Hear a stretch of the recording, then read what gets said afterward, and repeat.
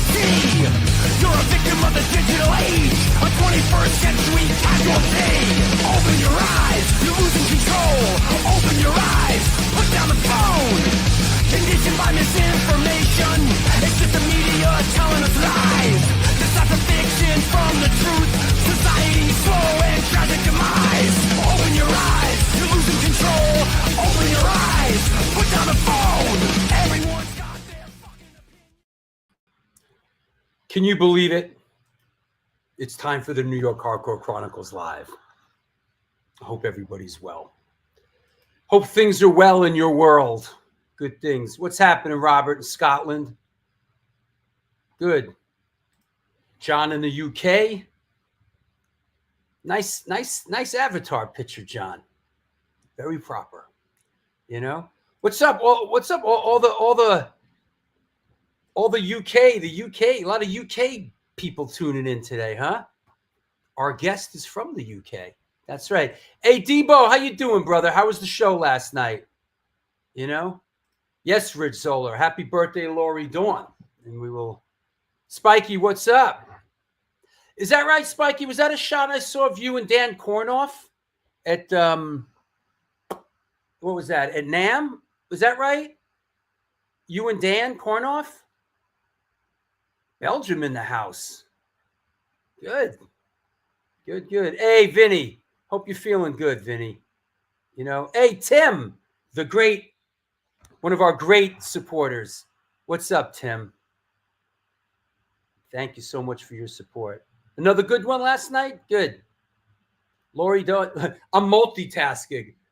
Hello from Kate. What's up, Lori? Good. Don Foos in Cleveland. Come on, Don. When are you going to come to New York and play again? We miss you, man. Come on. What do we got to do to get you back over here? You know? Is this the only band other than Life of Agony where we've had every member? No. We've had every member of Biohazard. We've had every member of Life of Agony. We've had now every member of H2O. Have we had every member of Agnostic Front? Kind of. Sort of. Sick of It All. We've had every member of Sick of It All. Yeah, there's been a couple. You know? There's been a couple. You know? Anthrax, that's a good one. No, we haven't had... We had Frank Bello. We had Scotty. We had Charlie. We haven't had the Joey, you know. So there you go. What's up, Rob? Bit of uproar represent. All right. Enough of me talking about me. Joe and Danny missing. Okay, yeah. Hey, Gerard. Love to hear about Adam's martial arts training. Absolutely. Let's talk about that when we bring him on. Remind me in the chat room. Post that up, at some point because, is that right, Eric W? Fury of 5 coming out with new stuff? This is true. And just as a side note to that Fury of 5 comment, Fury of 5 is playing one of our Barry All Ages shows. And I think they are doing the record, was it At War with the World? I think they're doing it in full. I think they're playing the whole record at the show, Sunday, July 13th at the Bowery Electric. So there you go. Speaking of bangers, what's up? Speaking That's of a cool the shirt. world, What's up with that Avengers shirt? just a little Oh, I see. medley, if you will. Avengers Assemble. At War with the World was a great song on the first Foreigner album. The first Foreigner album? Yeah. The first Foreigner record was kind of great. They have an interesting story. Yeah. They were a great 70s hard rock band at that point, They're an interesting band if you read their history. They're a lot like Boston. They sort of did stuff in the studio and there was a buzz and they got signed and then they kind of had to put the band together. The early Foreigner stuff's interesting. Wasn't particularly my cup of tea. I'm just a dirty white boy. Dirty white boy. You know? Aren't we all? Jukebox hero with stars in his eyes. Oh my God, that was the fourth record. That was huge. That record. You actually know these records? I do. I know it all. I got lots of useless information in my head. You know, Foreigner managed to stay off my fuck that band list. Right. They're not in your Billy Joel list. They're not on the Billy Joel, Phil Collins, Styx. You know. Oh, Styx. We never covered Styx, I don't think. Feels like the first time. Like the very first time. I climb any mountain. Sail across the stormy sea. If that's what it takes. You know, they're touring right now with no original. And I guess it's just the woman in you that brings out the man in me. There's no original members in the band, and they're still touring. Yeah, man. Like Molly Hatchet's like that. Oh God. Some bands. No, Come Sail Away. That wasn't them. That was Styx. That was Styx. Wasn't that Kansas? No, Come Sail Away is Styx. Come sail away, come sail away, come sail away with me. Kansas is Point of No Return. The point of no return.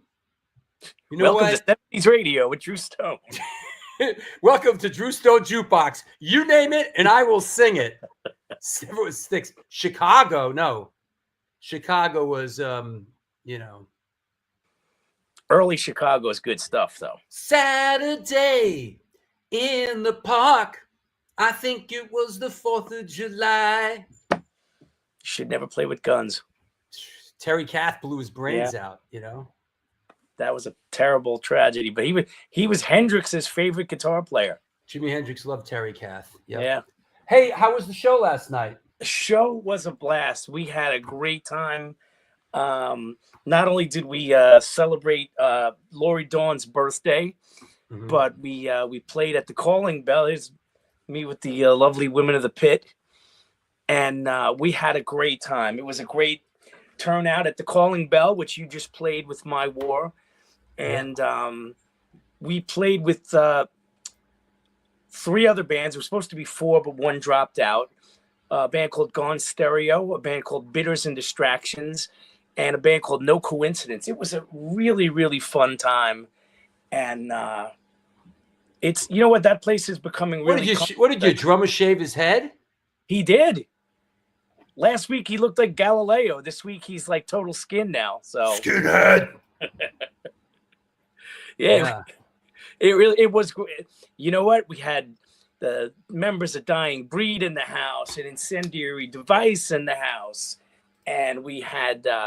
It was a blast. We had such a fun time, and I thank everybody for coming out. And you know, and look at that. Yeah, crew. there's on the left. Yeah, that's Cindy, DJ Cindy, formerly of the Lunatics, and her boyfriend Ned Hammerbrain from DIYing Breed. You know. Yep, we have Kristen and Tristan, and of course the mighty Ray Hogan in the middle there, and Rich and Wendy and Lori Dawn. It was we wish you were there, but I know you went to see Scream last night. How was that? It was cool. Scream is great. I mean, Scream's a great band, man. I mean, they really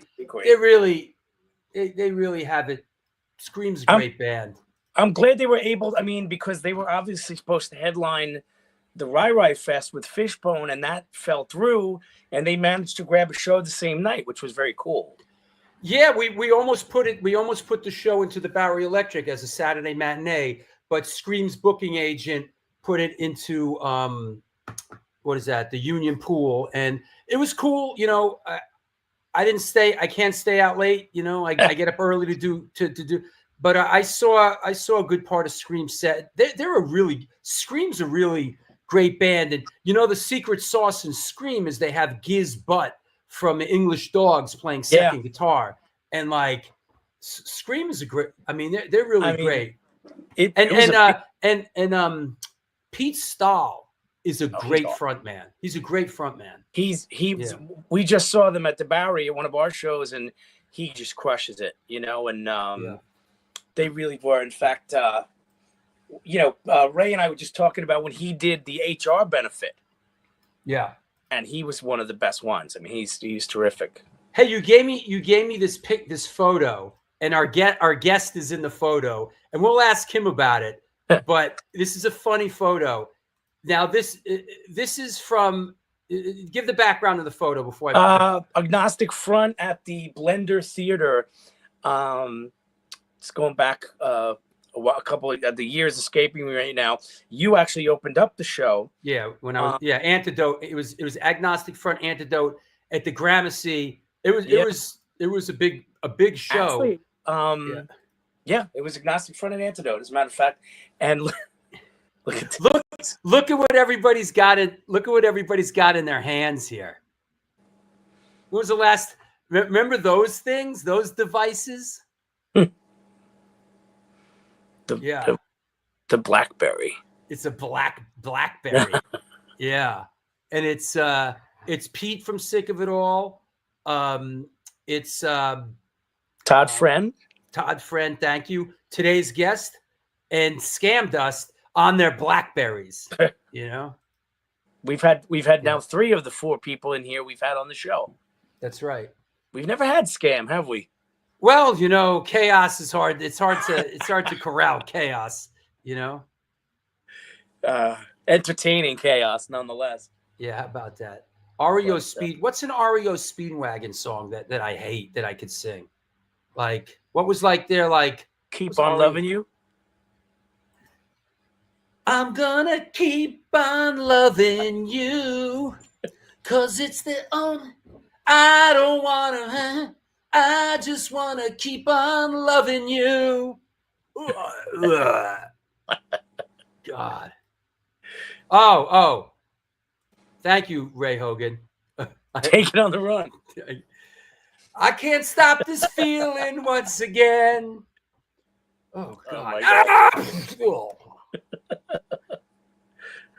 Who was that? The guy that the politician. You know, listen, you know what? Foreigner, this and that. I got to tell you something. Yo, fuck REO Speedwagon, all right? In all due seriousness, like, all right, I'll deal with Foreigner somewhat, you know, and Sticks I can't stand. But, yo, we got to draw the line somewhere. Fucking REO. I draw the line with REO Speedwagon, all right? Jesus. That used to be considered hard rock. Toto. Here's another shot from that night. There you go. That's downstairs at the old Gramercy. Yeah. Yep. Was Steve Gallo? I guess Steve Gallo was playing drums in AF back then, right? Yeah. He was still in AF. This was the Joe James, Steve Gallo lineup. Got it. Now, who was behind Steve Gallo with the beard? You know, it looks. Is that? I almost think it's Dan that was in Propane and Life of Agony.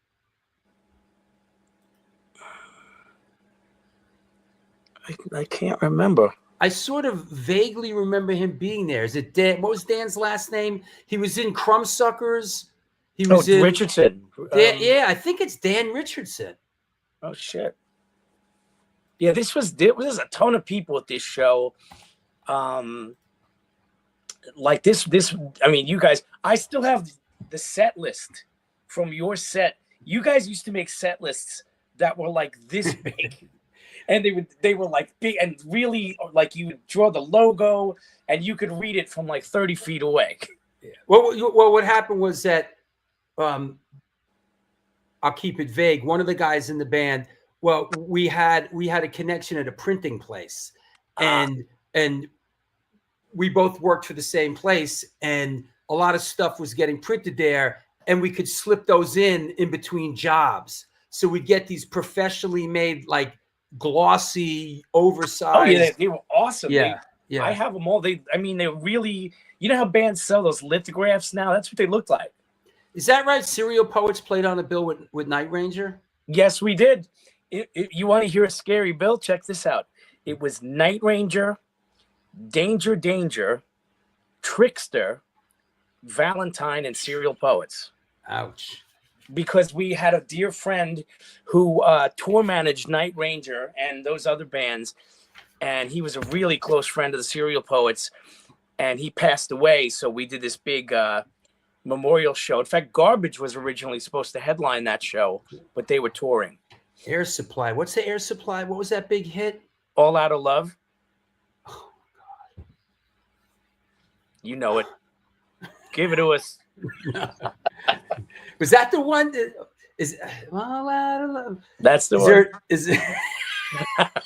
Listen, let's get on with it. All right, I'll talk to you later, man. All right. There you have it, the hardcore shutterbug. This is the New York Hardcore Chronicles Live. We're sponsored by the Texas Silver Rush DTFM Vinyl Distro, Generation Records, Mad Vintage, and 126 Hardcore Clothing. They're a streetwear brand for restless individuals that don't compromise. They're about being positive, spontaneous, and true to yourself. For years, they experimented with several printing methods and materials and collaborated with a large number of designers and illustrators, always giving room for fresh perspectives while retaining the hardcore attitude. Get in touch with them and ramp up your weak-ass clothing game at www.126clothing.com. That said, let's clear the deck. Let's bring our guest on. It's go time. Here we go. Ladies and gentlemen, boys and girls of all ages, today's guest is an American bass player and health coach hailing from the United Kingdom. He is best known for his work with the band Shelter and, of course, for nearly 30 years, hardcore punk stalwarts H2O. Here today to talk to us about the 25th anniversary release of Faster Than the World and much, much more. Please welcome, coming at us from Orange County, California, Mr. Adam Blake. Hey, man. Hi, how are you? I'm good. How are you? Good, man. Thank you. What are you? What did you have a gig last night? Were you? No, I'm just a little fluey at the moment, so apologies for not having the dulcet British tones that I usually come with for this interview. Okay, how's things in Orange County? Sunny as always, blue skies. You know the deal, palm trees, all that. Yeah. Have you always lived on the West Coast? No, so I mean, I know we're going to get into where you were born, but did you? I guess, of course, it's a dumb question, right? Of course, when you joined the band, it was New York based, right? I moved to New York in '94, and I was basically in New York till 2000. And then I moved to Los Angeles when Toby moved to Los Angeles. I was there, him and Moon's roommate, and then I came back in 2001, and then did another 10 years in New York, and then finally moved out here. That makes a lot of sense. So let's bounce the ball back and forth a little bit. How did you come up? Did you grow up in a musical household? How did music come into your life? So I was very much like a nerdy kid, like all the nerdy cliches, Dungeons and Dragons club, getting picked on in school and all that. And I made friends with like the long hair. There you go. That's little me. Made friends with the long-haired metal kids in my school, and they would. And where were you? Where was this? I was just outside London in a place called, at that point I was living in Hounslow, which is like a suburb of London, like close to Heathrow Airport. And I made friends with the metal kids, and they would always try and get me to like listen to their music, and I hated it. They would give me tapes, and I was like, I can't, it's so loud, it just sounds like yelling. And then one day, one of them gave me Iron Maiden Live After Death. And I remember it to this day, just laying in my bed at night. I put it on my Walkman, heard Aces High, which was the first track. And I was like, I don't know what that was, but I need to hear it again. And I don't think I made it to the second track like that night. I just kept going back and being like, what is this feeling that this music is giving me? And then music and metal just kind of crashed into my life and took over. So was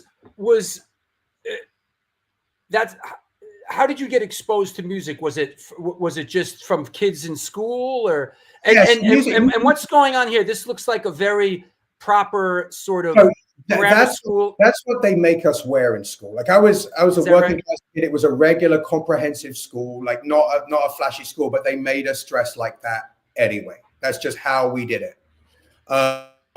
Yeah. Is that right? That's So Hounslow? Hounslow, HOUNSLOW. Yeah, our friend John in London says he knows it. There was an early national BMX track there, apparently. Didn't know that. Yeah. There you go. So Yeah, there's not much else there. That's for sure. right, got it. But this seems like it's like If I was on the single dating apps, that would be my profile picture, right? Right. No, it was just we had uniforms in school. Like that's just was the English school system. To the best of my knowledge, it still is. Like they just make you wear like that because they want you to be, a cog in a wheel. So they make everyone dress as Angus Young-esque. I like that. A little bit of Angus Young going on. That's what I was going for back then. I wanted to be like a little Angus. Yeah. So is it safe to say that like there was no sort of ramping up to the heavy stuff? I mean, not really. Like I mean, I grew up listening to the radio, which in hindsight in England was a pretty good school of music to listen to. Like, the Specials were on the radio, Madness, Duran Duran. Like these were just like pop bands. You know what I mean? That like later in life, I really came to appreciate more. But it was just in the background. You know what I mean? Like it was never something that I felt was like all consuming until I discovered metal. And then I was like, I was just obsessed. Is it safe to say that like that's the first music that you felt was like mine? This is speaking to me.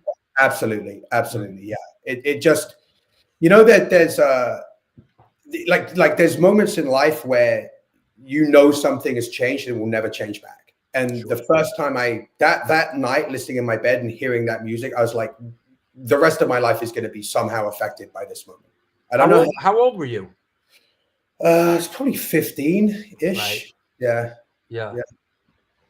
Yeah, that's the age, isn't it? It's like 14, 15. I mean, I look back at like what I did in the music of the shows I went to when I was 15, and it was a really pivotal time as a young teenager that really because you're moving from being a child to being an adult, so you're starting to create the world as you want it to be, and all the things you discover there are going to influence you going forward.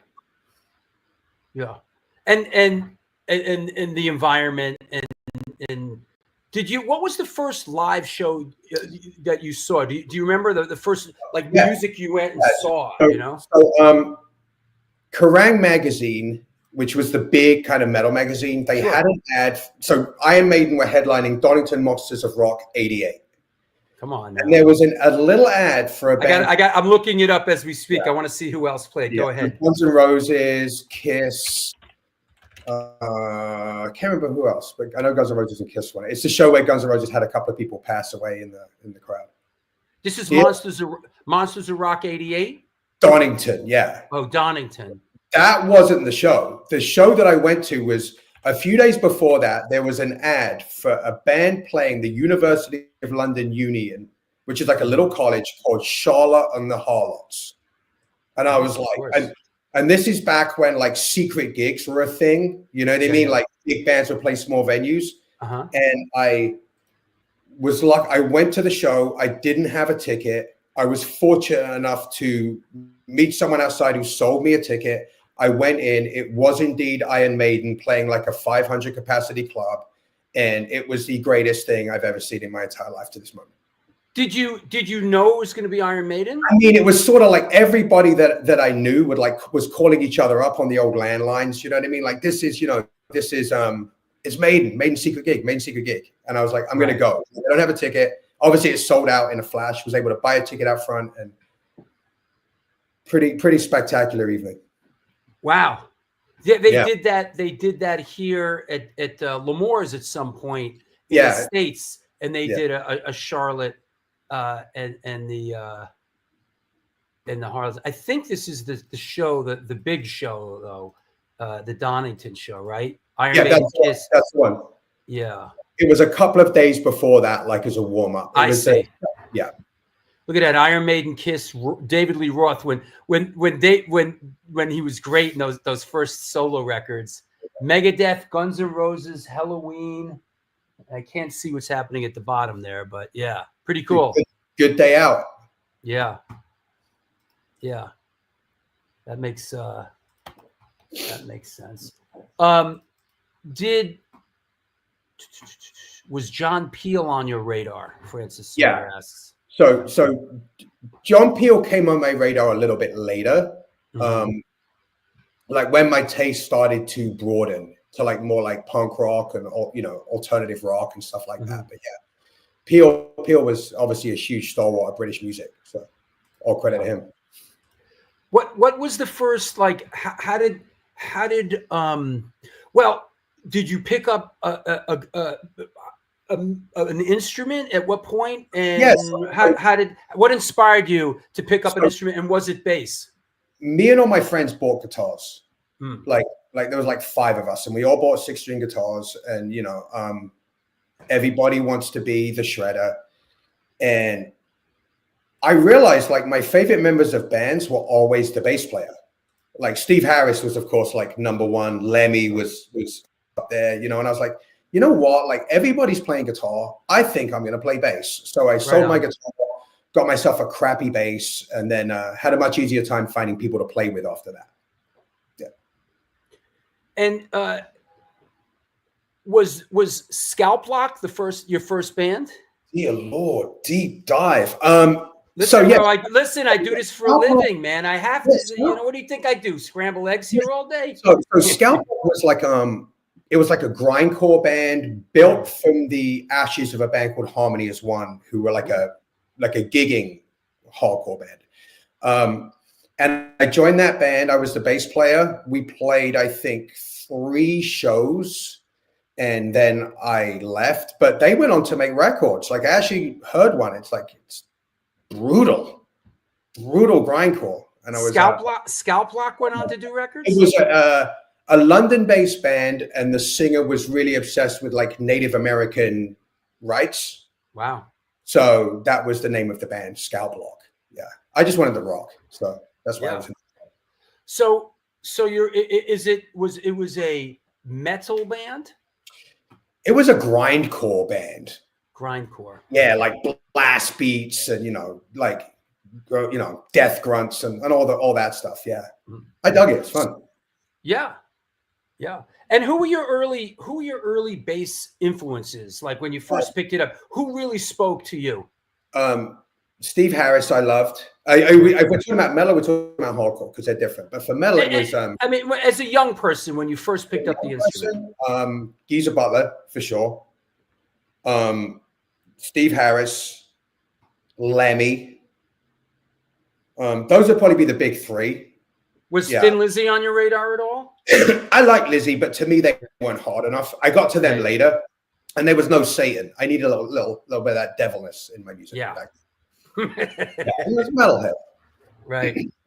So how does the hand play out?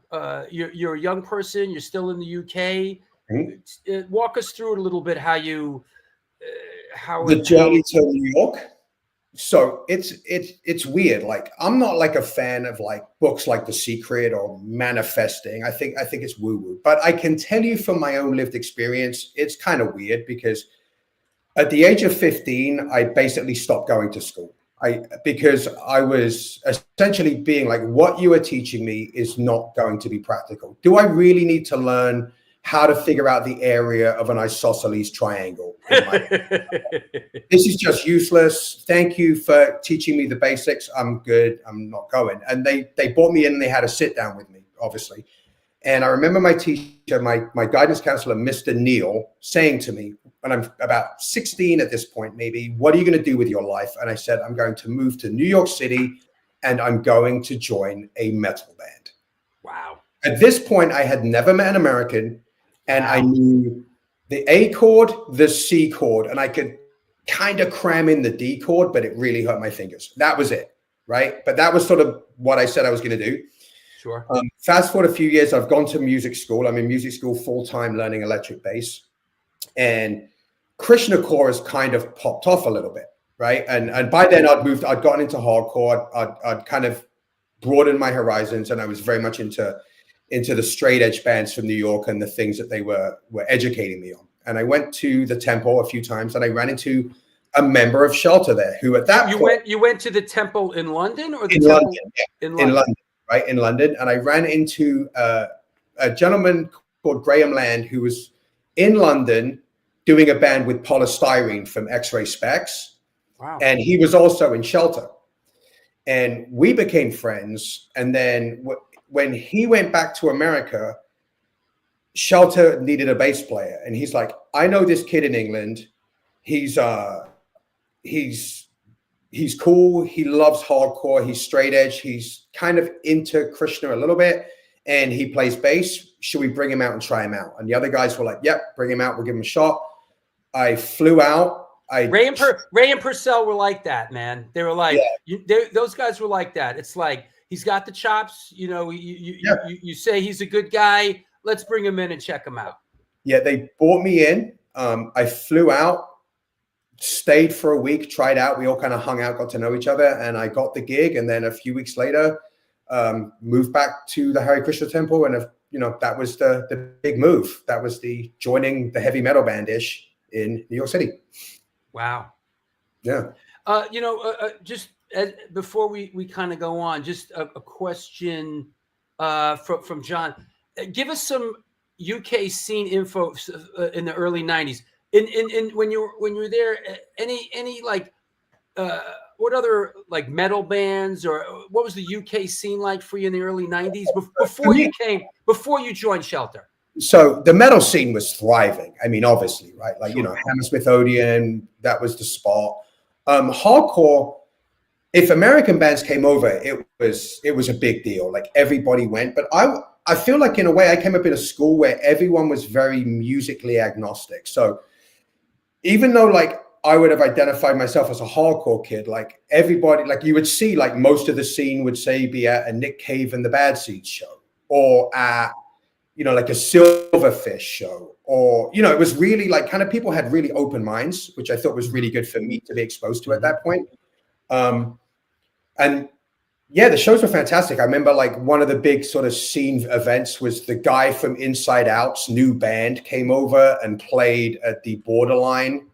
And that was massive.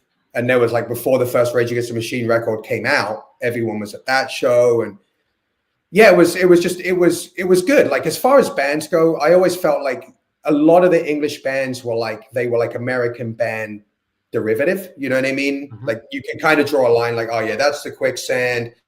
That's like the Snapcase version. Sure. But I feel like that's sort of how it is, right? New York was definitely leading the way at that point.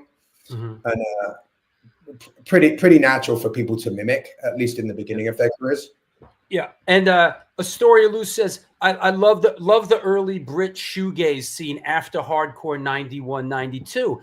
And I think that's certain that makes a lot of sense, because it was new, it was vibrant, and it was one of those things that was, youth driven. It was a fresh new scene. It wasn't a retread of anything. It was new, fresh, interesting music that took its influences from a lot of things before it. Yeah. What was cool about England is, because it's so small, like, you could technically be a part-time band and still build a national presence. You know what I mean? Like, you could drive to the other end of the country and play a gig there, and then be back at work on Monday. Yeah. So it was a really cool sort of energy. You'd see these scenes, kind of like these little scenes, just kind of popping up and growing very grassroots style, from the street, and then, and then you'd see them on television a few months later. John says, Rage Against the Machine supported Suicidal in 92, then came back and played small club shows in London, UK. I tell you what, I was over there in 93 when I was out with Biohazard, and Biohazard played the Marquee in London. I was there, dog. Best believe I was there. Yo, those shows were fantastic. Yeah. It was 2 shows back to back. Was that with Dog Eat Dog or Madball? I That's remember Dog those. Eat Dog. It was. I don't know if Downset was still with us. Maybe Think they they were. might have Yeah, but Yeah, the tour was Downset, Dog Eat Dog, Biohazard. Great. But there you go. Hey, John was there too. But I remember it was a very vibrant scene there, and those were great. Yeah, fantastic. Like I remember, I think Biohazard sold out both nights. Yes. Yeah. Yeah, and I've got tons of footage that I've recently looked. As I'm working on this project, I was like, oh, where's this from? And it's like I'm trying to figure. And then and like behind it says marquee, and I'm like, oh, it must be the marquee. Venue, man. Yeah. Great venue. Too bad it's gone. Yeah. That's not still there, is it? Nah, it's gone. Great. Yeah. Like a bar now, casino or something. Yeah. Did you live in the Temple? In New York, yeah. In New York I did. I was roommates. It was Ray or Raghunath, Purcell, Franklin, and myself in one room. My bed was a plank with a crack in it. Was it what? A plank of wood with a crack in it. Like a little crack down the middle.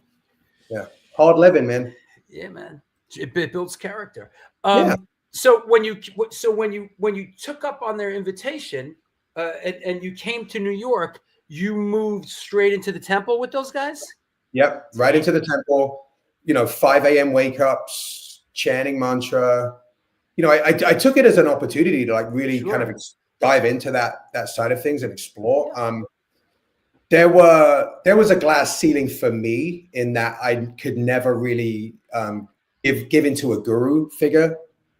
So that kind of capped me from because Krishna consciousness is kind of hierarchical. You have the sannyasis, like the gurus at the top, and the kind of the more committed you are. And I was pretty low level. I couldn't go all the way in, but yeah, it was a fantastic experience, man. Just to be around that and to live with monks and live that lifestyle a little bit was beneficial. What was it? I don't know if it's. I don't want to say. Was it weird to come or awkward or were you conflicted? Were you conflicted to come to New York City, which is just basically Sodom and Gomorrah, and end up in the Temple? Was it difficult for a young person to sort of be thrown into that? In the beginning, yeah. Especially because I was kind of left on my own devices. At that point, the rest of the band was so devotional that I did feel like sort of just like a fifth wheel almost. Yeah. But in the beginning, I really appreciated it. Towards the end of my time with Shelter, it did start to get frustrating, Yeah. But I got to travel the world, play some fantastic shows, and be a part of a movement that I think did some really positive things. I think Krishna Core did do some really good things. Yeah, we are. That's a real picture, by the way. That's not Photoshop or edited. He did that. Yeah. And who was in the band at the time? Right, so this is interesting. This is the only photo of that lineup, right? So that's why I'm sort of wondering. Yeah, I'm not recognizing. So walk us through who's in the band. Raghunath is levitating because at that point he was so devotional that he had learned how to conquer gravity. That Purcell Parmananda's on my right, then it's Franklin, then it's myself, and then it's Ben Kenny. And Ben Kenny was our drummer for maybe 2 months. And then he went on to be the guitar player for the Roots, and many years was the bass player for Incubus. No shit. Yeah, he went off and moved on up. But yeah, he was in Shelter for maybe a summer. We never played shows together. We were just jamming together. It's funny. You should the drummer thing with Shelter. Before I put this up, but I directed a Shelter video later on in the game. I directed In the Van Again video, right? And they showed up. They didn't have a drummer, so they just got one of their buddies to sort of be like the fourth person in the video and sort of and carry some drumsticks. So I guess on the Shelter tip, you play on this record, and the drummer on this record is Dave DiCenzo, correct? Yeah. So the drummer on the record is Dave DiCenzo, who basically what happened is we were in the studio with a gentleman called Bill Knapp, who was in a band called 76% Uncertain, and he had played drums on the first Shelter record. Right. The producer for this record was Tom Soares, and I love Tom. He's amazing, but he is not going to spare you the sauce if you are not giving him what he wants on the tracks. Yeah. And he kind of put it on Bill pretty hard, and Bill kind of folded under it. You know what I mean? Like, I mean, it was pretty rough. And wait, can I? So Tom picks up the phone and goes, "I can't do this anymore. Right? We got to get a real guy in here that can play to a click track." Like, excuse me, and I'm freestyling this, right? And he goes, "I know a guy. I got a guy. He lives right in this area, and he played on the Cro-Mags record, and he went to Berklee College of Music, and I'm calling this guy Dave DiCenzo, and Dave DiCenzo came in, listened to the stuff once, and played flawlessly on it." How do you know that? Because that's exactly how it happened. I'll tell you how I know that. One, I know Dave DiCenzo. Two, Tom has been on the show. Three, Ray and Purcell have been. Yeah. But really, just knowing Dave and his history from, the guy's an incredibly talented drummer who went to Berklee College of Music. And we'd actually recorded half the record with Bill. So we basically Dave had to play like, and we'd already done like fixings on some of the bass. Dave had to replay the drums because it was like so obvious. Like, we had half the record sounds like this, half the record sounds like that. It's like, it sounded weird because Dave is such a savage. Yeah. And it was like, all right, came in one takes the whole thing, I think. Yeah. Absolutely. Yeah, Larry. Yeah, Dave, that's right. You just reminded me, Larry Kelly. Dave DiCenzo's dad owned a drum store in Quincy, Mass. Yeah. Right. And Dave grew up, in and around that store. Where's my other Shelter picture? Oh, here it is. Yes. So bringing it back to kind of your experience with Shelter, the photo for Mantra is it's me, Ray, Purcell, and Franklin. Now, Franklin didn't play on Mantra, but we needed a fourth guy. Yeah. Right? We needed that fourth guy. And Franklin had joined Shelter at that point as the bass player, and I'd already moved to guitar at that point for Shelter. Yeah. So that was much like your experience. We needed like someone just to pad out the picture, and that's why that's the picture. This record, let me tell you something about this record, man. This is a great record, man. It really is. I revisited it today, and I mean, this record really stands out. It's a powerful record. It's a really great record. Any other memories as far as recording it or playing shows? I mean, this record smokes, man. I just remember that like everything, just like it was this weird situation where we would have monks and mass at the show and hardcore kids. So you'd have hardcore kids that weren't really that into Krishna, and you'd have Hare Krishna monks that weren't that into hardcore, and they would do like Sankirtan, which is kind of the chanting and dancing like before we came on, and it was a real bugged out experience, man. But it was super unique and a really special time, And we in England we did a lot of television in England because it was kind of a cool story, you know what I mean? Like these Hare Krishna monks in a hardcore band. In Brazil, we had a #1 MTV hit. Wow. It was legitimately like we would be leaving the show and people would be chasing us in cars, trying to pull our clothes off us. It was wild. That sounds like a really exciting time for a young person. Oh my God! And excuse me, and you were like living your dream, right? You came to New York. You're with these guys. You do a record. Good for you, man. Yeah. That's exciting. Yeah. I will say there were aspects to my dream that I wasn't allowed to live because I was, obviously, when you're part of a band like that, you have to behave to a certain code, Yeah. But yeah, in hindsight, it changed my life, and I'm forever going to be grateful that I was able to do it. Yeah, that record is like Jonathan says, that record is the blueprint for what Turnstile does these days. I feel like there's a lot of people looking for the blueprint of what Turnstile does these days. And then James said exactly, but you know, there's a lot there. It's a very strong record. There's a lot in that mix. Yeah, I don't think you can claim anyone. No one band can claim that. We had it on repeat when it came out. Yeah, it's a great record, man. Yeah. You know, I've recently just doing this show, and I did some work with Ray recently. I moderated a bunch of book events with him, and really did a deep dive into this Shelter stuff, and have really have a great appreciation for that band now. You know. Yeah. Good time. Yeah. How did it play out? How did that ham wind down? And you know, I guess, you know, after Shelter, kind of, you know, the H2O thing came up. So how did you transition from one to the other? So, H2O had been Shelter's opening band on a full US tour we did. I think it was Shelter, Downset, H2O.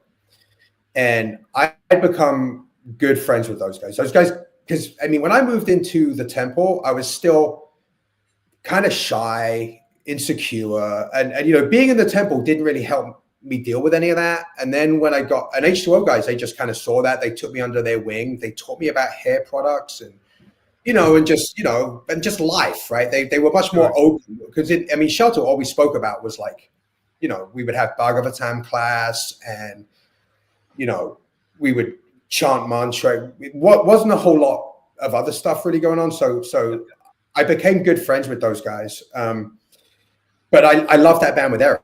I thought they were the greatest band. I was like, this band's so fun. The energy's so good. They're all obviously such good friends. And then when my time came to an end with Shelter at the end of the Brazil tour, I went back to England, and I really wasn't sure what I was going to do with my life. I'd had this amazing experience. I knew I didn't want to go back to working a regular job, which is what I've been doing before I came over. Sure. And then Rusty called me, and he's like, hey man, Eric is no longer in H2O. Would you like to come out and join the band? And I was like, lightning striking twice. I'm like, sure, definitely. So I didn't have a bass at that point, actually, because I've been playing guitar for Shelter. And the guitars I played were all guitars they had allowed me to play, their guitars. And I flew over.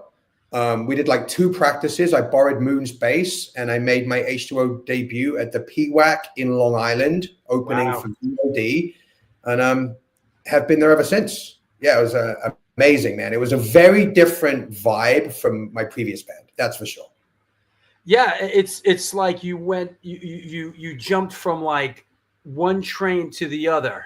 Yeah, dude, my timing for joining bands is impeccable. Like when you're on the uptick, that's when I seem to get on. Like I'm jumping on the train right then. When you've done all the groundwork, that's when I like to show up. Yeah, it was a beautiful time to be in the band. I remember like we left the show, and I remember like, you know, we were an opening band, right? We're not getting paid a lot, but I remember like the money being put into 5 piles, and every guy got his even pile. And I was like, is this how it is in this band? And they're like, yep, that's how we do it. Everybody gets, you know, we're all even. And I was like, oh my God, because Shelter there was a hierarchy, and I think it's justified. You know what I mean? Like, sure. You know what I mean? Like it was the way the world is, right? But H2O was like, look, we're all in this together. Yeah. And that's how we've been as a band ever since. Everything is 5 ways. We're, you know, we've never let stuff like that get weird. And it was really incredible.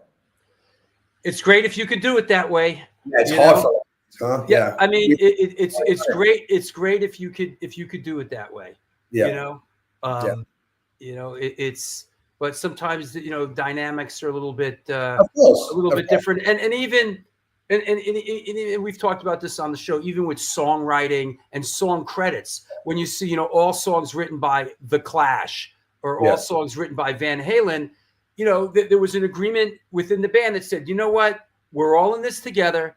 No matter whether I write the whole thing or part of it or you do this, everything's going to be, you know, it's interesting that some bands sort of have that dynamic and take that all for one and one for all approach. And other bands are like, you know, fuck that. I wrote it. It's mine. Yeah. I mean, and there's validity to both, but I think, you know, as a band, like it's funny, like even the people that don't play with us that much, like the Todds, you know what I mean? Like they're still members of H2O. Like Todd Morse might be playing with the Offspring and playing stadiums in South America right now. He's still in H2O, whether he wants to be or not. Yeah. You know what I mean? Todd Friend, just because he has some stuff going on where it's difficult for him to play drums now, he's still in H2O. Like, yeah, man. we're still like. And and if you look at the people that are in the band now, there's such a history with us that it's just how we've always wanted to do it. We've always wanted to be like, in an ideal world, man, we would have done our whole career with the same 5 guys. It doesn't work out that way, but that's always been our attitude. Like, is that Todd second from the left? Flicking the camera. Yeah, that's Todd. Yeah. Look at us. Yeah, this is yes, hair. Was it? This is in front of CB's, right? That's in front of CB's. Yep. And then I know there's no way this probably matches up, but I have this flyer in the archive that's from CB's, which is H2O was on this sort of Ray B's benefit thing. Yep. Agnostic Front, Murphy's Law, Madball, H2O. Yep. Any memories of sort of the early Halcyon days when you joined the band, playing CBGBs and doing the New York thing? What was incredible for me is because Shelter was a very insular situation. When I first joined H2O was when I got to meet all the New York hardcore scene. So, and like I remember like the first time I met Roger, like I was walking in the Lower East Side with all the H2O guys, and we just saw Roger, walking up the street. And for me, man, it was like meeting Lemmy or something. You know what I mean? I was just like, and then meeting Vinny and Jimmy and Hoyer and Freddie and all the fellas, right? It was just, I'd seen them from afar, but being a member of Shelter, it was never sort of done that we really associated that much, if at all. But once meeting them, man, it was amazing. Like I felt like I stepped into sort of like my old record covers almost. Was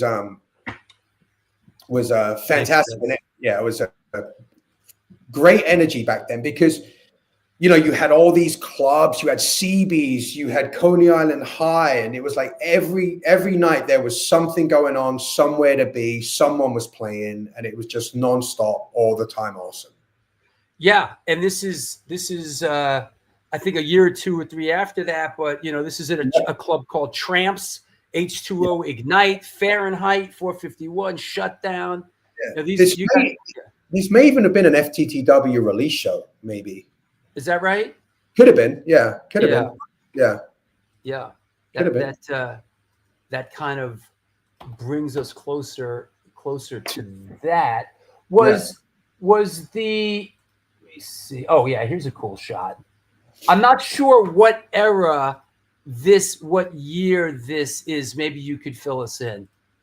Around the ball. Oh, that's a Warped Tour. That's definitely a Warped Tour. The Model Sock shirt, I believe, was Danny Boy from House of Pain's clothing line. Right. So yeah. That's definitely a Warped. I mean, Warped Tours were great. They put it on so many of our bands to, put us in front of wildly diverse audiences. Yeah. Look at that young stud right there. And the first H2O recording you're on was Thicker Than Water, right? Yeah. And that was on Epitaph. So you stepped into a situation. Hey, that's pretty exciting. So I remember I think we were on tour with Murphy's Law, and Mr. Brett came out to the show in Los Angeles, and basically, just pitched us like, you guys should belong on, you guys belong on Epitaph Records. I believe we were the first East Coast signing they had ever done. And we said we would sign to them if they, we did all the deal stuff, but we're like, we're only going to sign for you if you give us 5 lowrider bicycles as well. And we put that in the contract, and they gave us 5 lowrider bikes. So everybody was happy this day. And being on Epitaph was amazing. Like absolutely incredible experience. They not just care of us, they sort of built so many bands up. They had a really good, You know, they had a really good kind of system. They had the Punkorama cassettes. They had they had the magic touch for a minute. I mean, really did, everything that came out on that label was like boom, boom, boom. You know, they would do like the Punkorama tapes, so everybody sort of, you know, at that point it felt like a rising tide was raising all the ships. You know what I mean? Everybody was like getting love. We did a bunch of the Punkorama tours, which were awesome. Yeah, Epitaph experience was great. You know, and that was where we did Thicker Than Water, and we did FTTW with them. Yeah, and before we get to FTTW, I want to take a break. But before that, are you a straight edge guy? I mean, I know H2O really, surfs on a straight edge sort of ethos. How did you fit in? Like, dude, one day I'm going to get a T-shirt made that says, "I'm not always in bands with straight edge icons, ... Because I got Capo and I got Toby. Hey, Ian, call me, man. Ian, call me. Let me get the whole set. But when I joined Shelter, I was straight edge, right? I like I said, like I'd gone from like being a metalhead to getting into hardcore, and I had read the lyric sheets, and I had done, you know, the thinking about what I was learning from these bands, and had seen that being straight edge was a good way to live. And then I was obviously straight edge through my time in Shelter and through the start of my time in H2O, but I was starting to get itchy. You know, I'd grown up like Lemmy was my guy, you know what I mean? Ozzy was my guy, and these guys partied hard. So I was like, I kind of wanted to do that. And then on the Murphy's Law tour in New Orleans, Jimmy and Todd Youth decided to take me out to break edge. And if you're going to break edge, do it in New Orleans with Jimmy Gestapo and Todd Youth, because it's going to be awesome. And then I started partying really hard. For a long time, it was a lot of fun, and then it wasn't. And I developed quite a bit of a dependency on alcohol for many years. But I am now basically sober since September 6, 2010. Occasionally, I'll use cannabis or psilocybin, but rare these days. Yeah, no alcohol for 15 years or something. Yeah, 16 over here. But and you know that sort of segues into and you know what, I'm going to ask this question now, but we're not going to address it, just so we don't. Gerard asked this. Hey Drew, if at all possible, to slide in the question to hear about his kickboxing and training. Just because you asked me to remind you. So let's make a mental note that we want to revisit that. And Toby's been texting me, and I know Toby's watching. So thanks, Toby. And hi, bud. Let's take a sponsor break. We'll come back in a couple minutes, and we'll do a deep dive into Faster Than the World. Okay. Okay. Thank you. See you in a few. That's right. It is the one, the only, often imitated, never duplicated. Clank your chains, count your change. The New York Hardcore Chronicles Live. Let's do some sponsor stuff. Our guest today is Adam Blake from H2O. We are talking about the 25th anniversary of the H2O record, Faster Than the World. Lots to talk about today. Good to see you. I hope you're well. Maybe I should send Toby the link. Toby, let me know if you want to come on. I'll send you the link. Let's do some sponsor stuff. See you in a minute. Since 1992, Generation Records has been a mainstay of the New York metropolitan area music scene. Today, they offer a diverse selection of new and used rock, jazz, indie, hip-hop, punk, hardcore, metal, blues, soundtrack, and reggae LPs, as well as t-shirts, posters, and other merchandise. They buy used record collections and music memorabilia and will pay you top dollar for them. House calls made for large collections in the tri-state area. Call or email generationrecords@gmail.com and follow them on Facebook and Instagram.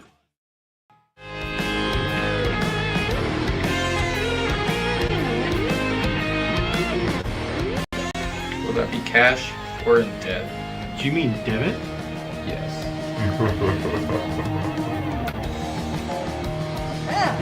Sorry. Another eternally satisfied customer.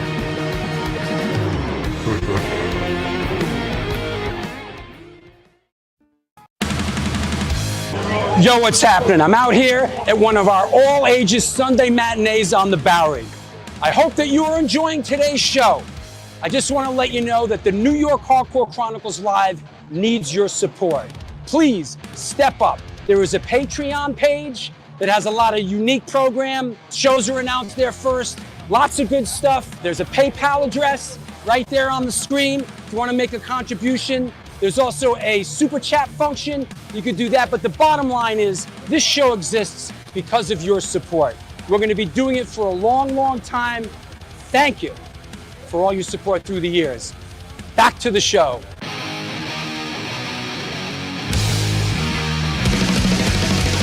Conditioned by indoctrination, conditioned by society.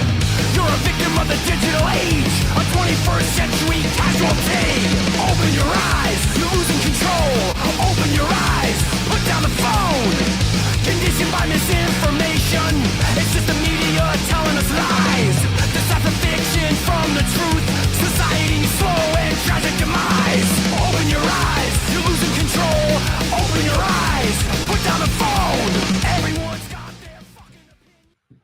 What's up? We're back. Yeah. Did you miss me? Yeah. Hey, Todd, what's up, man? There you go. Good to see you. Hey, I want to talk to you about a couple of upcoming shows. 1 week from today, photographer David Plastic will be on the show, talking about some of his classic photographs that you may have seen. A week after that, Warren Lee and Beto of Nailed to the Cross will be on the show, formerly 25 to Life. Lots to talk about with this one. Wednesday, April 9th, photographer Jay Blakesberg celebrating the release of his punk book. He will be on the show. Listen, you know about this. This isn't announced yet, but the book, the London 77 book is out now. It's in pre-order, available through Generation Records in the States and Cortex in Europe. My old friend, family friend, Greg Smith is coming on the show to talk about the London 77 book. Of course, you know, Greg was the cameraman for all the music videos we did back in the day. This is going to be a very, very cool show. So Greg Smith coming on Sunday, April 20th. The 23rd, Wednesday, Chris Golis from Bulldoze. Dez from Black Flag, Misfits, and Astral Jets, and his Astral Jets bandmate Bob Lee will be on Wednesday, April 30th. Yo, come on now. Sunday, May 11th, Freddie Madball will be on the show, celebrating the release of True to the Game, the Roadrunner Years box set that is out. And then much anticipated Chris Beatty, ex-Hatebreed, Blackened Frostbite will be on May 18th. And this one is not, hasn't been announced yet as well. Wednesday, May 28th. It is a side trip show. I know it's been a while, doing something on the side in a little bit different direction. Michael Falzerano will be on the show. Michael Falzerano, of course, played in the Hot Tuna. He played in the New Riders of the Purple Sage. He's doing something with the Jefferson Airplane people now. So that is going down as well. Let's bring our guest back on. And Mr. Adam Blake. Hey, some of your bandmates are here. Matt Henderson. Hey, here he is, Matt. Oh, sorry to bore you with the other shit. There they are. Yeah. There they are. I see him in the comment section. Yeah, and there's and Todd also. So there you go. I have a comment question that I'd like to answer real quick. Is that cool? Which one? So Billy Tardy asks, does it bother anyone else that the fourth H2O album didn't have a diamond on it? Right? Because we had kind of, we're doing the Suits of Cards, right? Okay. Billy, I just downloaded a picture of the album. Prepare to have your mind blown, baby. So this is the Go cover, right? But if you want to read Go, you got to put it like that. Ah. Your diamond, man. It was always there. It was always there. Yeah. Yeah. There you go. We just tucked it away secret style. Yeah. Very we got cool. all the four suits. That's awesome. Yeah. Let's talk a little bit about, now this is the this is the original cover here. But let's talk a little bit about this release, which sort of brings us here Yes. today. Yes. You know, this is I guess the second record on Epitaph. Yep. And it set the table for us. I know it was a very busy year for the band, sort of ramping up to this. I mean, set the table for the making of this record. You know, we toured our ass off on Thicker Than Water with tons of different kind of bands. You know, we always kind of prided ourselves on touring with a diverse selection of different music. Like we toured with Social Distortion, we toured with the Boss Tones, we toured with the Misfits. And when it came time to making FTTW, we took some time off the road and we wrote. And we needed a producer, and we decided, you know, Mr. Brett Gurwitz had been going through some, shall we say, personal troubles, and had just gotten out of rehab. And it happens to the best of us. Yeah, I mean, you know, punk rock millionaire. What are you gonna do? And we were like, look, let's see if Mr. Brett would like us, you know, would like to produce our record.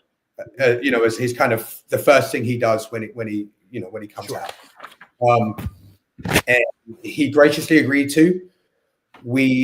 He flew out. We did pre-production, and then we started making the record at Coyote Sound in what was then Williamsburg. It's Williamsburg now, but it was a very different Williamsburg. It was an industrial wasteland at that point. I believe that Rancid had done Life Won't Wait there, which is how it had gone onto our radar. What was the name of the studio? Coyote Sound. TF, if you're in those comments, correct me, man. I know you know all this stuff. Yeah. But yeah, it was and then, you know, it was one of those times where like we had a stream of like guests coming in the studio, and it was like after recording, we would go hit the streets, you know, Niagara, Manitoba, you know the scene, right? And you know, it was just a amazing time to be making music and be in the scene. Let me ask you something right here. Now, the record is getting sort of reissued by our friends over at Bridge 9, right? Yeah. And you mentioned the pre-production, and part of the second disc is, from what I understand, it is the demos that Tim Armstrong from Rancid produced. Yeah, right? Yeah, we did those at Tim's home studio in Los Angeles when we were I see. Yeah. With it's funny because like one of the reasons we wanted to reissue this is to get the demos out. Like when you're in a band, sometimes you have these things and you don't think that they're really, you know, it's like the demos, right? You don't think anyone cares, but you're actually like, wow, people would actually probably really like to hear this stuff.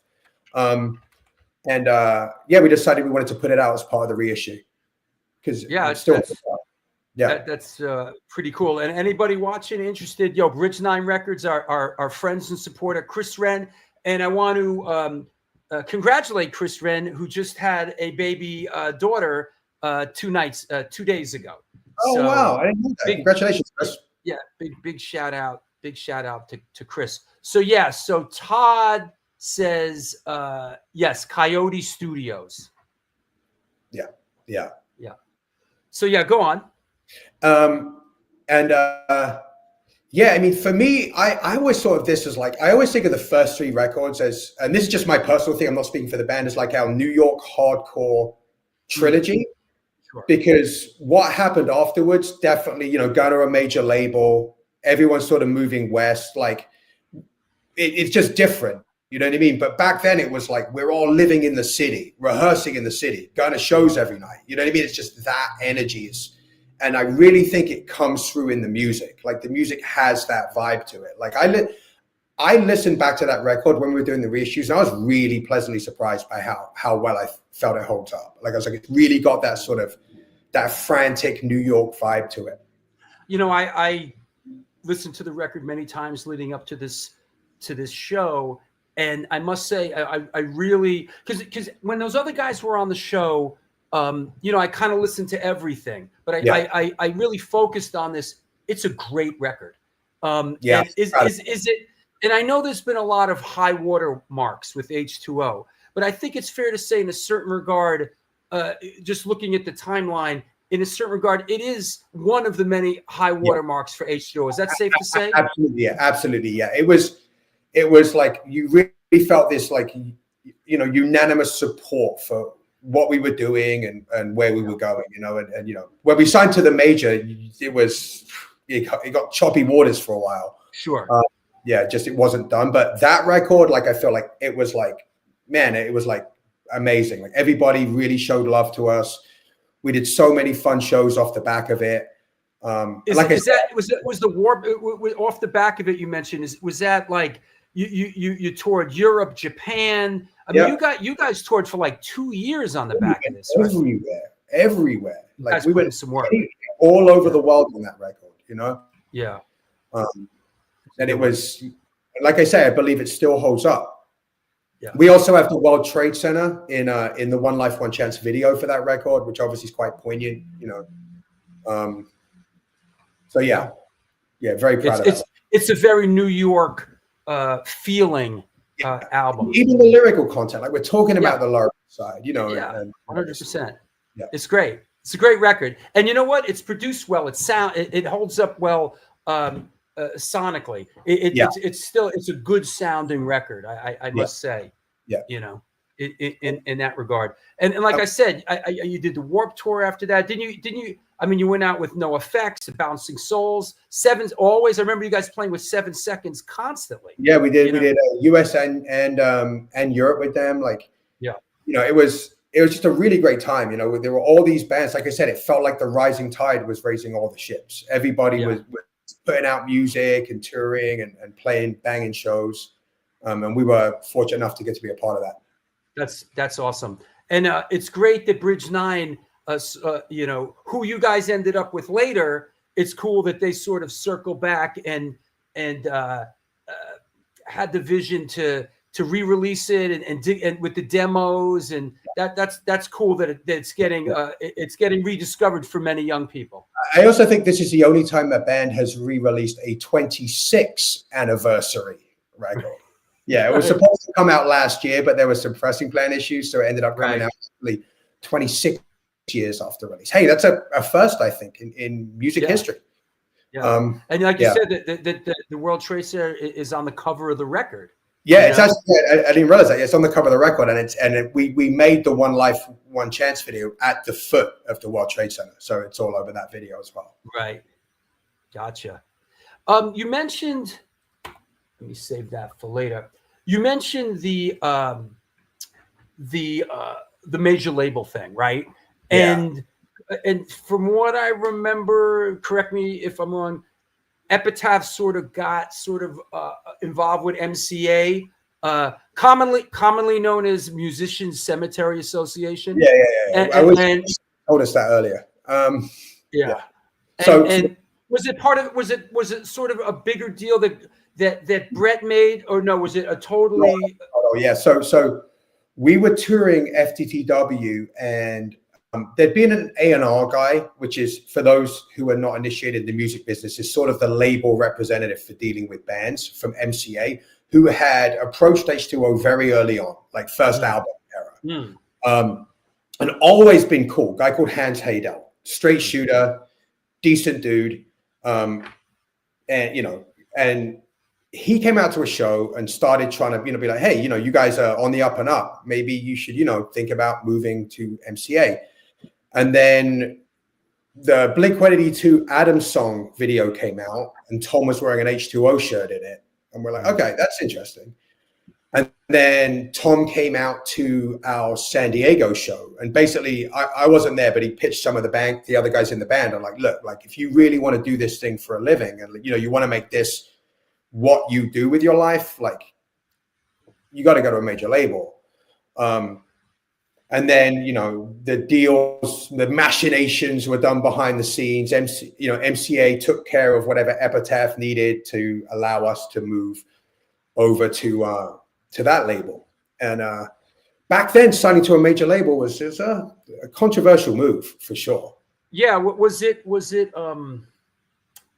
right word? I don't want to say painful, but But Yeah, making the transition. I mean, what was Epitaph? I mean, yeah, I can't imagine it. There's always a voice. There's always a contingent that says we should. Hey, man, these are the guys that got us here. We should stay here. I mean, there was definitely some talk about it, right? But at the same time, like you're like, look, like, you know, at some point, like you're like, we might be able to do this forever if we play the moves right. You know what I mean? And right. And you know, you have a choice, and you know, there was a lot of discussions within the band. We ended up going to MCA. Epitaph were super gracious about it. You know, I mean, I know they were compensated for their loss, shall we say? You know what I mean? I would think duly compensated. I believe very well compensated. And then we went to MCA and made the Go record and had that whole experience. Yeah.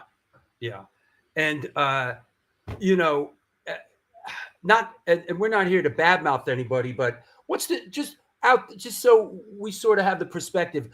What's the difference between going to going from an independent label like Epitaph, which at that point I like they were somewhat independent, but at that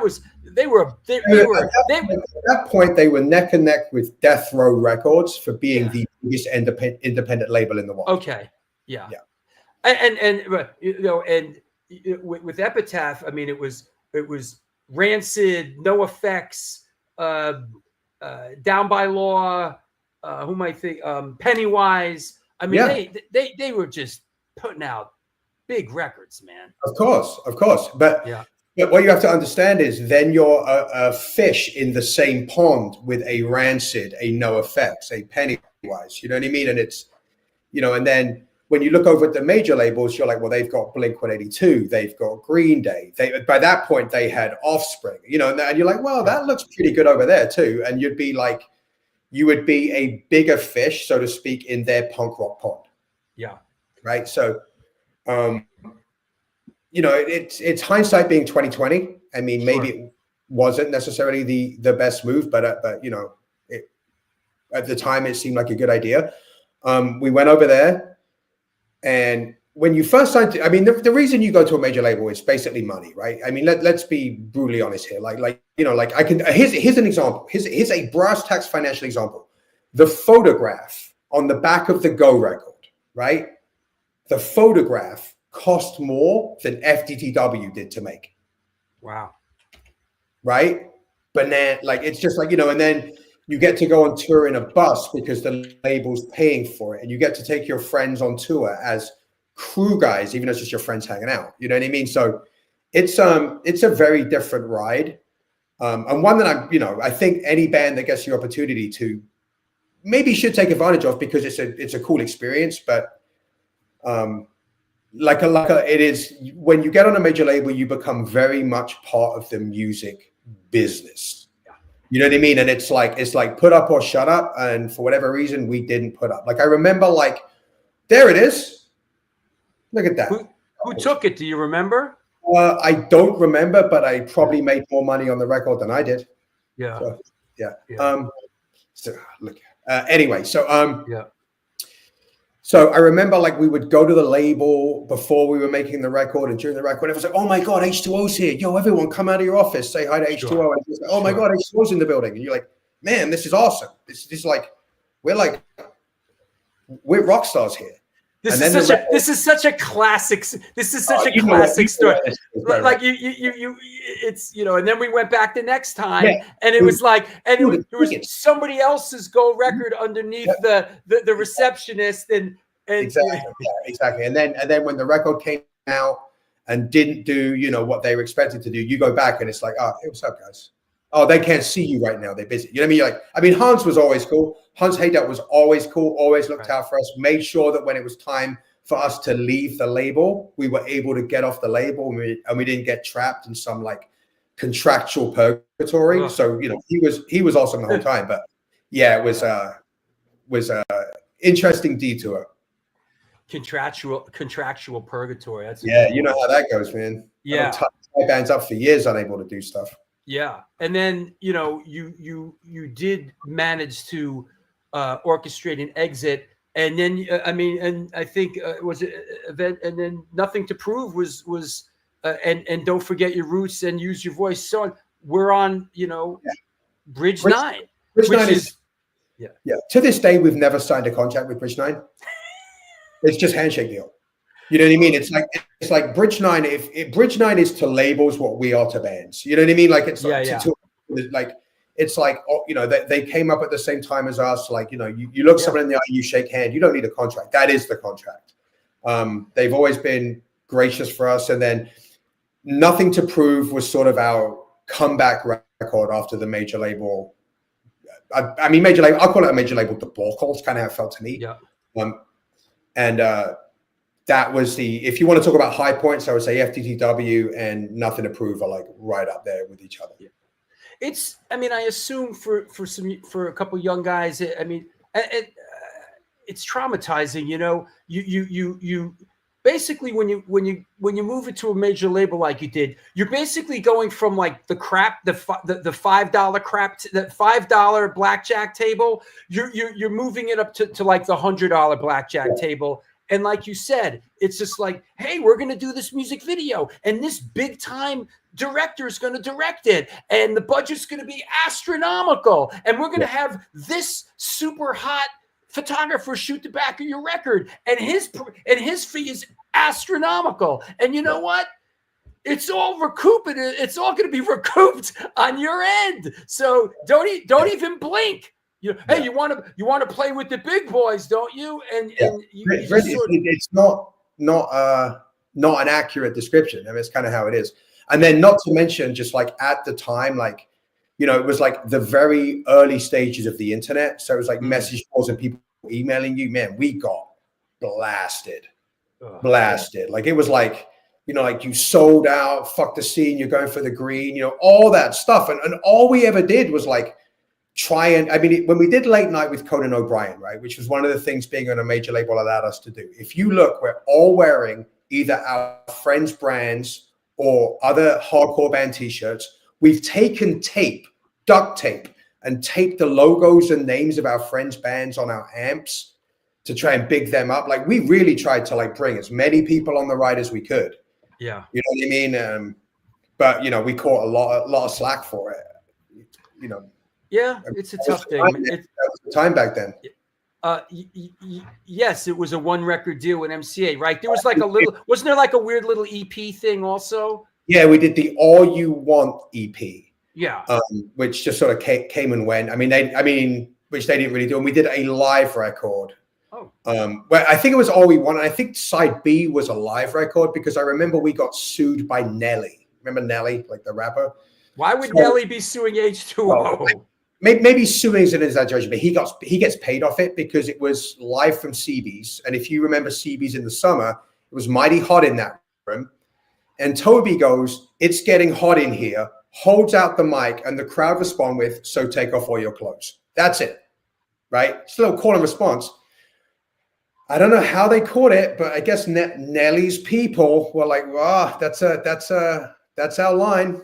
You got to give us a." So he literally probably made like $5. But, no kidding. Yeah. Wow. I didn't know that was. I didn't know that was legit. In a situation like that. Wow. Yes. Oh yeah. Back then, that's major labels for you. Yeah.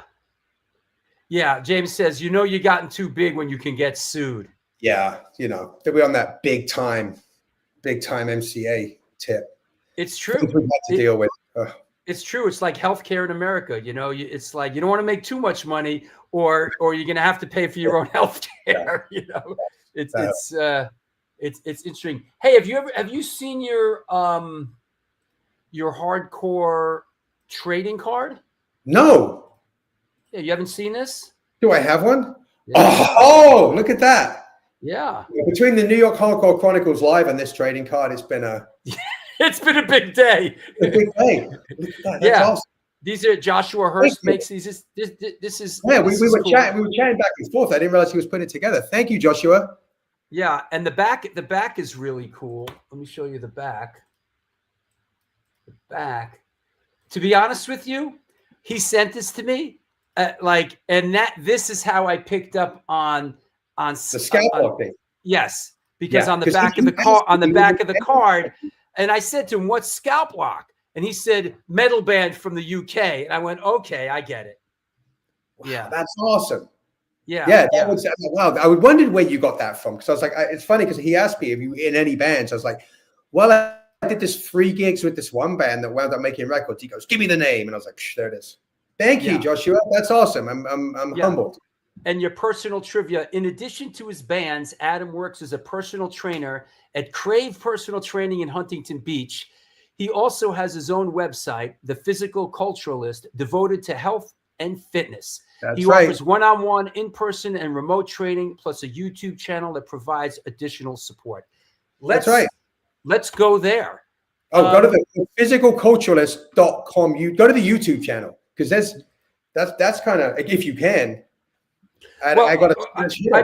Let's talk about that. How did you get into that realm of health and This leads us how back is to this parallel career taking you? This ties back to the old kickboxing question that has popped up a few times. Thank you. Right? So back in '99, I'm sure you remember, there were quite often beefs at shows. You know what I mean? You'd get Nazis coming out and stuff would kick off, and I was like, I'm tall, but I was scrawny, and I'm like, dude, I don't want to get beat up. And it wasn't even about getting beat up. It's like, I don't want to let the guys down. You know what I mean? Like, I want to be able to, if something happens, I want to be able to hold my own, right? You know, and I'm not confident that I can do that. So I started training at a kickboxing academy a martial arts academy in New York City called Anderson's Martial Arts, training primarily Muay Thai and some other things, but Muay Thai was sort of my jam. Because I'm not an actual athlete per se, I started sort of reverse engineering how to move my body and get good at it. And then, I guess I had a knack for it. And then I started teaching some classes. From teaching some classes, I started getting one-on-one training clients for kickboxing. And then it became apparent that a lot of these clients were more concerned with like weight loss and health. And then I sort of just segued into that. And I did my first one-on-one personal training session in 2002. Yeah. Oh, and just in, Hoya Rock says, Adam Blake is one of the weapons used on my quest to dieselness. Yeah, and I've heard that Hoya, I've heard this before, that Hoya credits you with really helping him with his weight loss and getting his health in shape. You know, Hoya really wanted to step up for his family, and God bless him. And he looks great. Crushed it. Absolutely crushed it. If he had questions, I was always happy to provide the answers, but he's the guy that did the work, like it's like weight loss and changing your body it's hard to do. And anyone that does it deserves the greatest amount of credit for having the fortitude to do so. Yeah. Very cool. And where's it led you to now with the website and what you're doing? So I started coaching, like obviously in person. I was part-time in New York because New York, you have to wear many hats to make ends meet in the town. So I was managing a bar, managing short-term apartment rentals, and having some personal training clients. And then when I moved to California, I went full-time. I started coaching online in 2017. And then I've had a few websites, but the Physical Culturalist is like sort of resonates the most with me. It's the one that feels most authentic. And then I started a YouTube channel like literally 5 weeks ago, where I was just like, look, I'm just going to post the stuff that I'm into. And if anyone else is into it, cool. If no one else is into it, cool. I'm just going to do it. I'm going to try and get better at it. I had some very low expectations, all of which I've exceeded by far in my first 5 weeks at it. That's the Physical Culturalist on YouTube. And I like to write. I like to make videos, and I like to coach. So and obviously you really enjoy doing it. And what is the most gratifying part of sort of working with people in that realm? I call it the magic trick, right? Where you get to see someone suddenly believe that they can change. That's awesome. Right? Where, like they buy in, they get that shred of self-belief. You know, for some people, it's like a weight loss. For some people, it's getting their first push-up. For someone else, it might be, you know, something much more high level, you know, doing a muscle up or something, or rigs, right? Sure. You get to see that look in their face. It's like they're a kid again. And if I get to guide people along that journey, then that's pretty fantastic. Yeah, that's great. It's a pretty great way to make a living, you know? Yeah, that's great. What else do I have? You know, I got to take another quick sponsor break. But before we do that, I want to.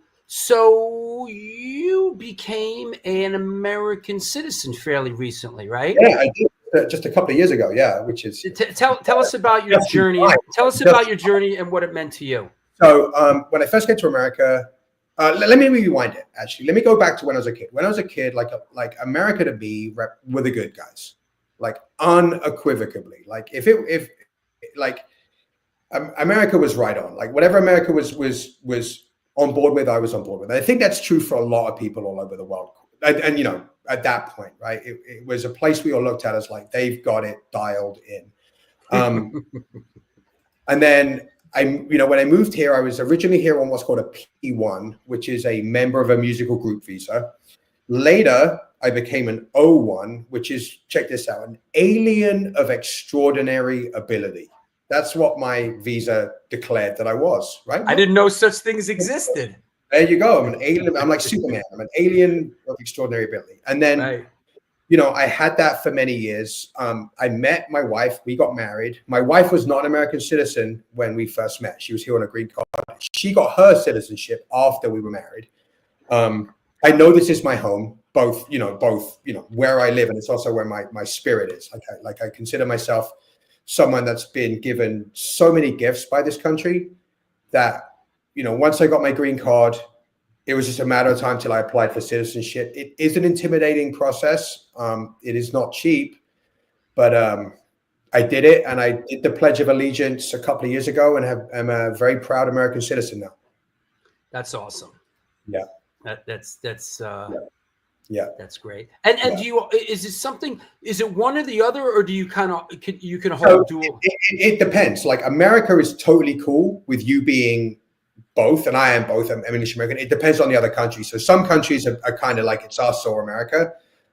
England is cool with you keeping both. So I'm technically a dual citizen of the United States and the UK. That's fantastic, man. Yeah, a nice. I love hearing a nice America story. Yeah, there's not too many of those, you know. But Yeah. I mean, it's you know, it's an overused word in a lot of cases, but in this case, I would say it was an honor is the only appropriate term for it. Right on. Yeah. Hey, let me take a quicker than last time sponsor break. Shout out a couple things, talk about a couple upcoming events, and we'll come back and we'll take some questions from around the world. Okay. Ooh, thank you. That's right. It's the New York Hardcore Chronicles Live. Our guest today is Adam Blake from H2O, celebrating the release of Faster Than the World. Get your questions together. Don't be shy. You know what I want to do? Hey, maybe a lot of you haven't seen this yet, but I want to run the promo for the Greg Smith book. The book's available through Generation Records and Cortex in Europe. So check this out.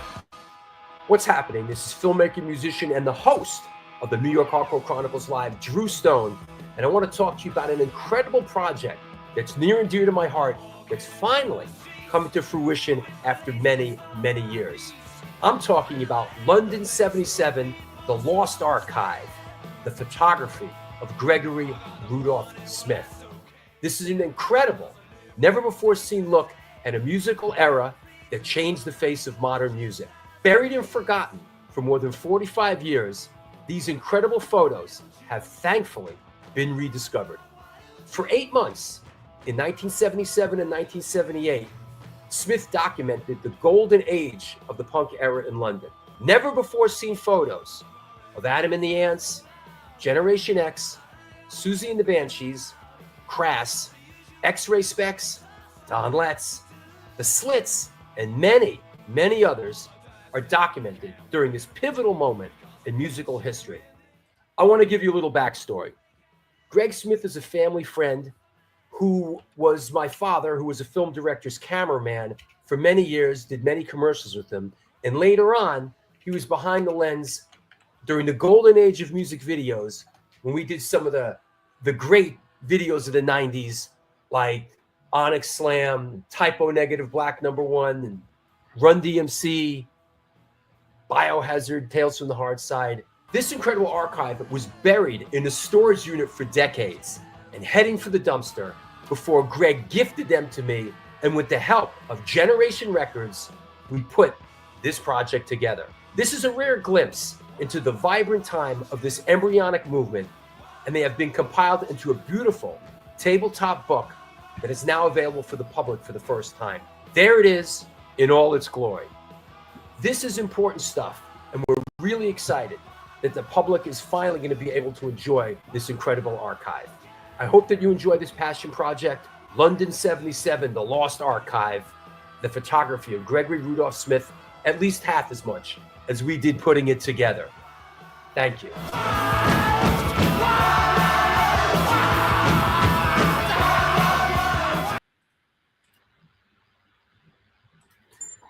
There you go. The book is out. It's available pre-order from Generation Records. Look it up. London 77. Years and years and years in the making. Ray Hogan was involved in editing it. John Steinheimer in touching up some of the photos. But this is a project that's very near and dear to me. So if you can afford it, please buy the book and support me and support the show. And speaking of which, I want to shout out a couple of patrons, especially Bazooka Joe just got on board. So thank you. The best way to support the show is through Patreon. If you're thinking about it, please throw your hat in the ring. It's right there. There's a Patreon page. There's a PayPal address right there if you want to make a contribution. There's also a super chat function. If you do the super chat thing, it comes through in color and ask a question. I can't miss it. Come right to the front of the line. Any questions you have for our guest, post them now. Now would be the time. Adam Blake from H2O. Go deep, get weird. Follow me on Instagram. Follow the show on Instagram. That's it right there. Pick up that communication device. It's at Stone Films NYC. Also, we're looking for another sponsor. There's room on the boat for another sponsor, the New York Hardcore Chronicles Live. If you have something you want to give a push, preferably not a gun range or alcohol or anything like that. I've been approached about, that kind of stuff, and that's not particularly something I want to have on the show. I got no problem with any of this stuff, but not for this show. So please, we have room on the boat if you'd like to be a sponsor. That said, I want to real quick mention a couple upcoming shows. Saturday, March 29th. What's that, a week? Is that a week coming up? Yeah, this Saturday at the American Legion Post 434 in Englishtown, New Jersey. It's an all-ages show, Sworn Enemy, Silence Equals Death, ID, Robots and Monsters, and Redwoods, featuring Danny Schuler from Biohazard's son, Colton, on drums. Friday, April 11th, at Mother Pug's Saloon, the new remodeled, super exciting at Mother Pug's Saloon, and Rage, Cropsy, ID, and Tear Gas. And 2 days later, the big banger, the Back to the New York Hardcore Roots series at the Barry Electric presents CMI, ID, American Eagle, Murderer's Row, featuring Troy's own Bob Riley, American Eagle, and Faded Line. So make that happen. There's a Rebelmatic new release, record release event at Generation Records. They're performing and they're signing on Saturday, May 3rd. And Rampage Fest 7 is May 4th. So there's a couple right there. Like I said, this is the New York Hardcore Chronicles Live, sponsored by blah, blah, blah, blah, blah, and Mad Vintage. Mad Vintage buys, sells, and collects band shirts, primarily hardcore. The DIY operation was started and is operated by a hardcore kid who just loves collecting and eventually got into the realm. Welcome to my realm. It's a good name for a band. Realm. We are Realm. We're Realm. Or vintage band shirts. They are always looking to buy out collections to either keep, sell, or trade. New shirts added daily at www.madvintage.com and posted on Instagram. Dig deep into that closet of crap. Reach out to them. Mad Vintage, help me help you. Last but not least, come on now, Vinny Stigma's cousin Joe Romini and the Texas Silver Rush. They're a jewelry designed firm and boutique store located in the birthplace of the Texas country music scene in Fredericksburg, Texas. They specialize in working with musicians in all music genres to design and create unique one-off pieces, as well as for style and for stage, album covers, promo photos, and social media exposure. Their client list includes Rock and Roll Hall of Famers Greg Rowley, Ringo Starr, and of course, Agnostic Front. Information and online sales are being taken at their Facebook and Instagram page, and of course, www.texassilverrush.com. That said, post up your questions. Let's bring our guest back on. Here he comes from the golden state of California, Adam Blake. All right, let's see what we got. Well, I kind of know this. I kind of is that right? Maddie says AF and Murphy's Law today in Orange County. That's right. Yeah, Garden Grove Amphitheater. Unfortunately, I will not be attending because I have this flu thing, and I do not want to get any of the guys on the road. Is that where? That's a pretty cool venue. Dude, it's awesome. Yeah, it used to be a Shakespeare in the Park venue, so it's like you have the stage and you have kind of the amphitheater in the floor area is like a little pit for the kids to mosh. You know what? Since Maddie's showing his face, tell us about a little bit. You know, who's in the band these days, and and what's going on with yeah.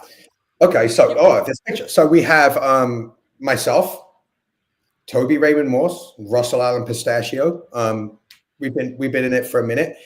And then we have Matt Henderson, legendary guitar player for Agnostic Front, Madball, architect of an entire sound with, some help, we could say. Matt's great. Like, having him in the band just really kicked us up a notch. Like, there's something we used to do as a band, and I think this is stuff bands used to do before cell phones, where you just have these random discussions, and we would always have like the hardcore draft. Like, that's cool. You are putting your band together. Who would be in your band, right? And you basically end up with the one voice Agnostic Front era, or you end up with Bad Brains, or some mashing of the two. And Matty was always a first draft pick. So the fact that he's in H2O now is fantastic. It's really kind of forced us all to step the game up. And then we have the young lion, Maximus Henry Morse, playing drums. So Todd had some issues where he couldn't play with us anymore. And Max was just a savage on the drums, had obviously grown up around the band. Sure.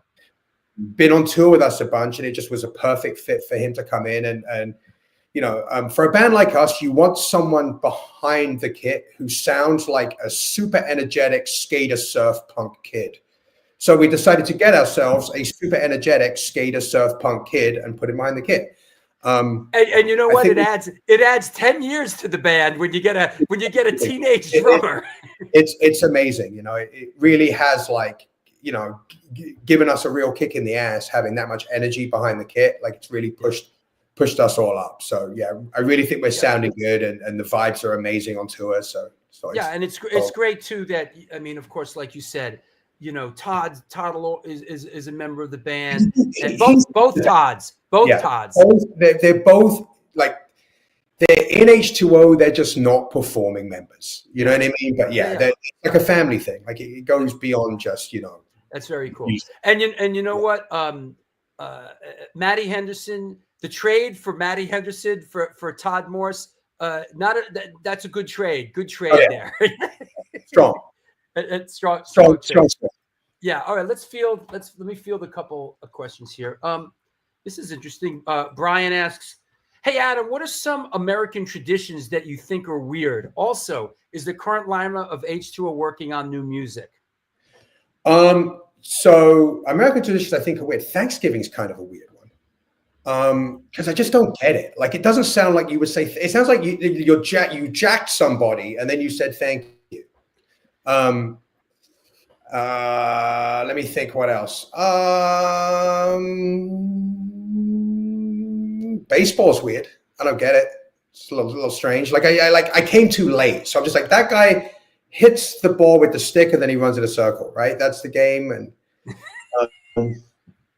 it's like me with cricket. I'm like, huh? Dude, I'm not making the case for cricket being any better. Trust me. Right. And, I'm like, I don't get it. And then it's the current lineup of H2O working on new music. Like we talk about new music, we actually have a couple of old unrecorded songs. Actually, they were recorded, but they were never released that we may re-record that I think are really hold up quite well. So there may be a chance of some unheard H2O music, you know, in the not too distant future. Right on. No. Yep. Frankie Carter says Adam is the best. Thank you. Exclamation point. What? Let's see. You know, the Thanksgiving thing is a little weird. I mean, some of these things just haven't aged well. I like the concept of Thanksgiving. Let's give thanks. Let's give thanks for what we have in our family.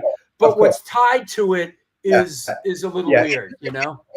I've always asked people to, it's like that and Easter. They're the two holidays where I'm like, can you explain it to me? So like I'm a child and no one ever has. Because like Easter, you're like, well, you've got this person who's horribly tortured to death. Yeah. And then there's a fucking bunny rabbit. Like, what is all this? Like, someone tie it together for me so it all makes sense. There's a couple American holidays that are still that are not aging well as we get as we move on. As we move on to a more enlightened era.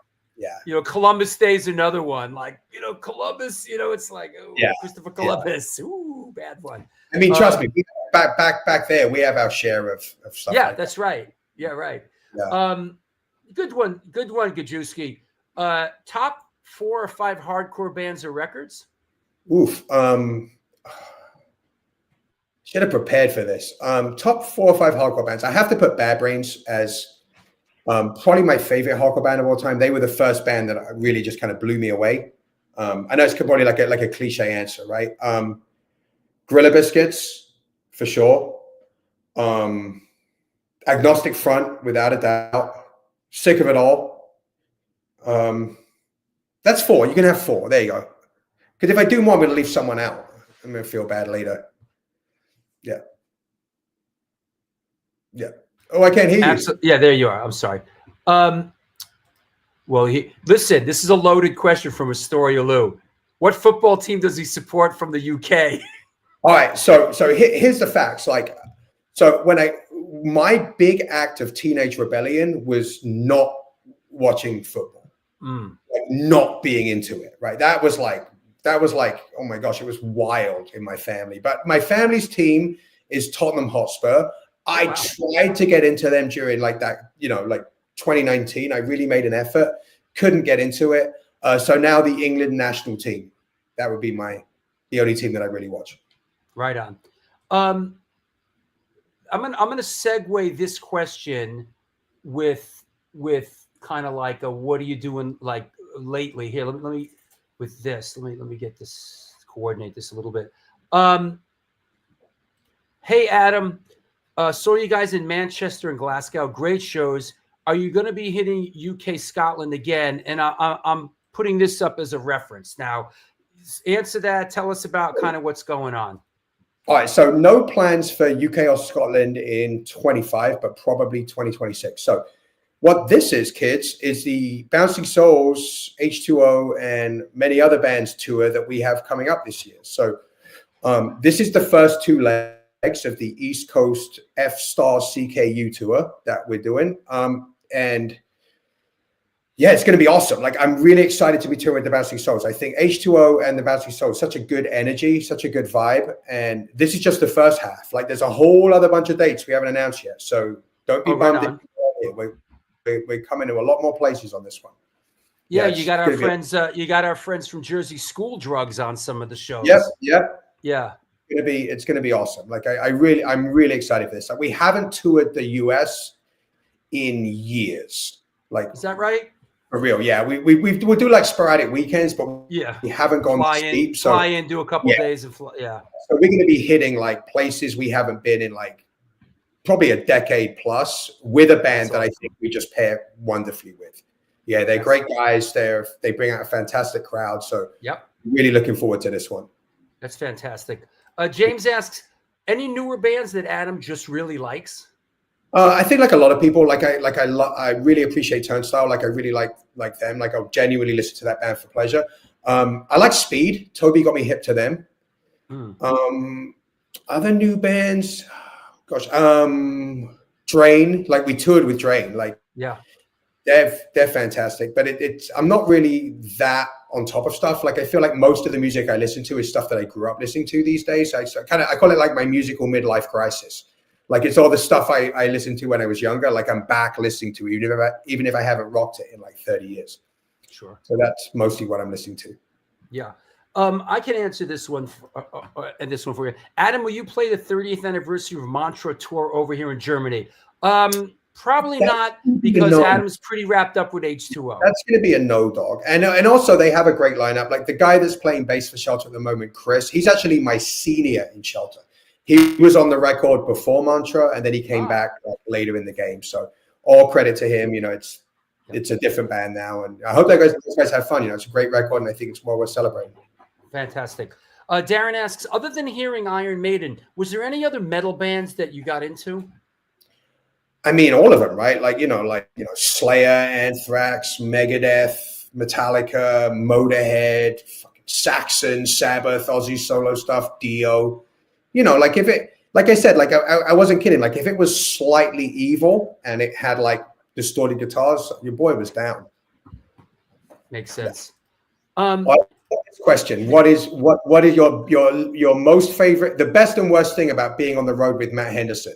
This is an easy answer. Where did you see that? I didn't even see that. There's a whole bunch. There's I think it's the third question down. What are the best and worst things about being on the road with Matt Henderson? Here's the answer. Okay. The best thing about being on the road with Matt, because Matt Henderson's my roommate, right, on tour. We share a hotel room. When Matt is here it is. I found it. There's 30 other posts after that, but here it is. When Matt is conscious, I like it. It's asked by Matt Henderson. Yeah. When Matt Henderson is conscious, I love Matt Henderson. He's one of my favorite people in the world. When Matt Henderson is unconscious, I gotta break out the earplugs to try and sleep. I am less of a fan of Matt Henderson, but that is the answer. The best and worst things about being on the road with Matt Henderson. Matt Henderson, when he's awake, 2 thumbs up. Yeah, love that guy. This is coming from me. It's a bit of a gear question. You know, I always associate you sort of playing like a Fender Precision bass. And that's like part of your sound and part of your thump. Any gear perspective? And are you a tried and true sort of Fender Precision guy? I've always found Fender Precisions to be a good fit. Yeah, I've always liked them. But I'm not super precious about gear either. I know there's some people where it's like they love like getting into the weeds of this year and that year. For me, it's very utilitarian. I'm like, if it's a plank of wood with 4 strings on it. Does this one sound good enough? Then yes, let's use it. Ideally, though, my rig tends to be Fender Precision and ideally an Ampeg SVT. But it also depends. Here's the question: who's carrying it? Yeah. Who's carrying the bass head? If it's not me, SVT Classic. If I'm the guy humming it, let's make it something a little smaller. You know, like an SVT4 or something. Sure. Yeah, and if you're not dragging around the cabinet too. Oh, right? well, yeah. You know, we call it the refrigerator. You know. Yeah. It's like. Yeah, it's a tough gig for sure. Do you is your bass collection is it fairly like reasonable or is it extensive?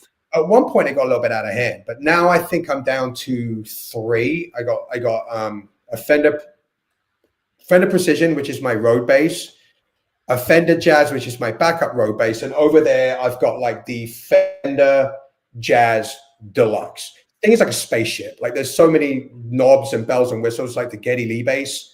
I tried it at one show, and I was like, this thing needs to just stay home and just be picked up every now and again. Which one is this? Is this your workhorse? That's the workhorse bass. Yeah, that thing has been all over the world with me. It's the working bass. Yeah. Do you Go play ahead. through? Do you play through a Sans Am bass driver when you play? Of course, man. Of course. I feel like Craig was sort of the patient zero for the Sans Am virus. Like he got it, and then like That's he funny. basically like got everybody else hip to the Sans. Yeah. No, the kid I grew up with, who was an Antidote with me for many years, who's involved in the production of our new record. He designed it. He designed the Sans Am bass driver, and in our storage room, we still have the friggin' Ampeg head and the Ampeg cabinet that he designed. We still have that shit in our storage room. Yeah, Amazing. Yeah, it's a great piece of kit, man. It kind of guarantees, it kind of gives you like a leg up in any room you're in. That you're going to sound pretty good. It's incredible how that thing has found such an audience. Hey, what's going on? Explain to this photo got what's going on? Yeah. Oh, that's just a hardcore jump shot. I mean, you know, like, I don't know who the fella at the front is. Okay, that's what confused me. I'm like, what is this? I assume there's a stage diver coming from that guy, but yeah, that's just a shot where someone caught me in mid-flight, and I like it. Yeah. I was like, what's going on with that? The kids want the jumps, man. They want the jumps. You got to give them what they want, you know. You know. That's right. Yeah. All right, Andrew Wakeman. Glad you're watching. Let's see what else. Let's do a couple more. That's a whole bunch, huh? Yeah, it's good. Post them now, kids. Please add Copenhagen, Denmark next time you're over here. Yeah, we're gonna hit like, so this is our like America year, you know what I mean? Because the Bouncing Souls thing is so extensive, and next year we'll flip it and it'll be our European year. Oh, this is a good question. I like this question. Brian asks, Adam, if you were to describe the 90s New York hardcore scene to someone who wasn't born yet, what would you tell them? I thought about this question a lot, actually. It's one of those discussions, once again, you have in the van, right? Like, how would you define like New York hardcore? And I have to say it was, for me, a community at a specific time, and a community made up of artists and creatives, right? You had everybody from filmmakers like yourself to writers to visual artists to musicians, and we were all sort of supporting each other. Like, you know, the bands needed visual art. The visual artists needed to get their art out there. The writers needed stuff to write about. The bands needed people to write about it. People needed everything to be visually documented. So you had photographers and filmmakers, and everybody was sort of part of this thing. Like, it didn't belong to any one of us or any particular art. It was a complete collective of multiple different artistic disciplines, all with a similar ethic and all supporting each other. And it was fucking beautiful. Beautiful. How's that? It's great. And it's really interesting, just being a little bit of a music historian, is like that template can be slid over to a lot of different things, because it was your time, and this is how you saw your time. And if you went back in the time machine to 1967 San Francisco, Haight-Ashbury, Summer of Love, and you asked somebody that, they would probably say the same thing. It was London 77, Drew. Yeah, there you go. You get like, you got writers, you got fashion designers, you've got musicians, photographers, and it's more than just a music scene. It's multiple artists finding a way to get their work out there together, and support. Everyone kind of grows and supports each other. And it was a youth movement, a youth-based movement, and which creates a lot of power of inertia. So but one of the great things about New York hardcore is that by the time like I came over in the mid 90s, there was definitely like an older guard, you know what I mean? Of like older bands, people that sort of built it. And rather than being exclusionist, they were welcoming. They were like super, super gracious and supportive of the young bands. Like there was no it felt like there was no gatekeeping. Like, you know, like Agnostic Front would put like young bands on their shows. Like, you know what I mean? Warzone would do that. It was for me, like, it's a moment in time. And I don't know if it's still like that because I don't live there and I'm also in a different place in my life, but I really feel like that was lightning a bottle. It was a magical moment. You had all these venues that no longer exist. You know what I mean? And every night there was a place to go. Something was going on. Something was happening. And yeah, what a time to be alive. What a time to be alive.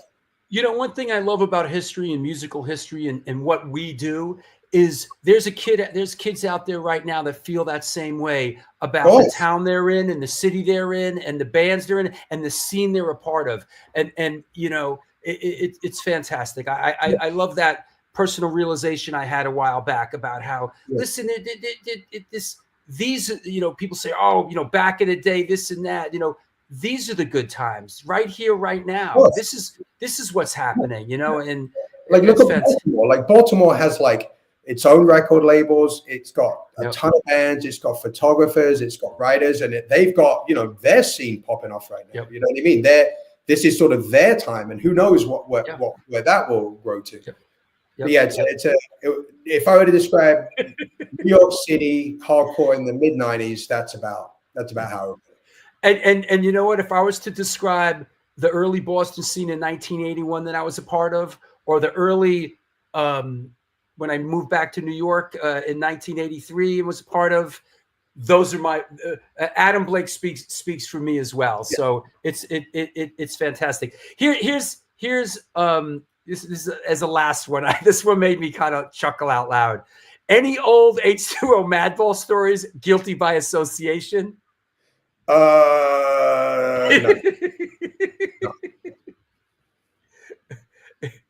How cool! But how great is that Maddie? How great is that Maddie plays with you now? That's awesome, dude. It's fantastic. Yeah. Like I said, like in the hardcore draft, he was always a first pick for everybody's. Like, you know, when you're putting together your band, we're gonna get this guy from that band and that band. Yeah. Always a first draft. Yeah. So, all right. I just want to mention, as we're wrapping it up here, that the available at Bridge 9 Records, the 26th anniversary release. Yep, there it is. It's 2 discs, including the demos. That were produced by Tim Armstrong. Tell us what does the future hold for Adam Blake? What are you looking at? So for me, obviously, we've got a lot of band stuff coming up. It's going to be a busy year for me and the boys on that front. I'm really excited about the YouTube channel. Like, I'm having a lot of fun with it, and coaching and whatnot, and just keep trying to squeeze the juice out of life, my friend. You know what I mean? That's the mission. That's the mission. Absolutely. And thanks for coming on. I knew it was going to be a pleasant show. Thank you so much. Finally, you get the bass player on. Everybody. We got everybody now. They got the whole set. Yeah. Anybody you want to thank? Anybody you want to shout out? I mean, just thank you for everyone for checking in. Shout out to my band for asking me to join all those years ago. You know, that was pretty darn cool. Yeah, and just, New York hardcore forever. Right on. I'll talk to you soon, Adam. If I don't think good luck on the road, and we'll speak soon. All right, my brother. Bye. All right, take care. All right. Waboom. Bazoom. There you have it. Hope you enjoyed it. Thanks for another great show. Hey. What else can I tell you? Thanks, everybody. It's a great show. Great guest. Coming up 1 week from today is David Plastic, an old friend. We're going to go through his archive. Interesting guy. Lots to actually, that is Saturday. That is Sunday. Saturday, we are playing out in Jersey. So if anybody's out in Dirty Jersey, right in Englishtown at the American Legion Hall. It's been a minute since I played in American Legion Hall. Sworn Enemy, Silence Equals Death, ID, Robots and Monsters, and Redwoods. So come through. And then I can't be out too late because we have David Plastic on the show the next day. So thanks, Pat Baldwin. Thanks, Paul Stone, Shane, Gajewski, everybody, Gerard. Hope you enjoyed the show. Larry Kelly up there at Bridge 9 Records. Congratulations, Chris Wren once again. Are you going to see Ozzy on his last tour? Hell no. God, I couldn't imagine sitting through that. Ugh. Man, I'd rather go to punk rock bowling and get baked in the sun. Oh, you know what? I didn't mention, a couple other things to mention. Hey, speaking of punk rock bowling, that weekend, May 24th, the Black and Blue Bowl with Suicidal Tendencies. Doors are at 5, but we are having a show in the park that same day, ending about the same time. If you're in town, come on through. Saturday, May 24th, non-residents, Butterbrain, Fires, Murder, End of Hope, and Sonic Bomb. I will not be there. The crack production team led by Mr. Wolf, Larry Kelly, and Ray Hogan will be making it happen. I will be at Punk Rock Bowling. Incendiary Device is playing the Fremont Country Club on the 24th. It is sold out with 7 Seconds and Negative Approach, but I am hosting a tour at the Punk Rock Museum on Sunday the 25th. Sunday, is it the 25th? Something like that, 25th, 26th. What is it? Yeah, the 25th, excuse me. So tickets are on sale for that. So come check that out. At the Bowery Electric Sunday, June 1st, everybody is invited. It is my wedding bash. My War is playing with lots. There's going to be some great surprises at the My War thing this year for the show. A lot of people coming into town for it. This is going to be fantastic. Channel 3 on June 22nd, Free All Ages Sunday Matinee. We're playing Boston for the first time in a long time. I'm so excited. On my birthday. Fucking playing Boston on my birthday, yo. Saturday, June 28th at the Brighton Music Hall. We're playing with Tree and a couple others to be announced. We mentioned this before. Furia 5 playing the At War with the World LP in its entirety. It's the Scott Dotino birthday bash on Sunday, July 13th at the Bowery Electric All Ages Free Matinee. Crazy Eddie's final show, Sunday, August 3rd, Bowery Electric All Ages Free Matinee. Hey, this one, kind of announcing this for the first time here, Saturday, September 27th in Tompkins Square Park. We are playing this one. The Misfits are playing. They play Misfits and Smith songs together. Very cool band. ID's on the bill, Tree, Midnight Foolishness, and Life of Deceit. And, of course, we'll see you out in San Francisco for Crash Fest. What does that mean? What's for dinner okay event? What does that mean, Ray Hogan? Is that right, Tim? Great show. Yeah. Adam was a very nice guy. I knew it was going to be. I knew it was going to be really nice, calm show. Got to have a calm show once in a while, They all can't be hectic, crazy shows. It's nice to have, that was a nice, calm show. So that said, hey, Johanna, I hope you're well out there. So there you go. All right. Well, there you have it. I hope you enjoyed it. I did too. Hopefully we'll see you in Saturday. I'm going down to Florida this week with my wife to see my dad, the one, the only Arnie Stone. And we'll see you. We'll see you Saturday out in Jersey for ID, or we'll see you back here a week from today on Sunday. So thanks a lot, everybody. Tell your loved ones that you love them.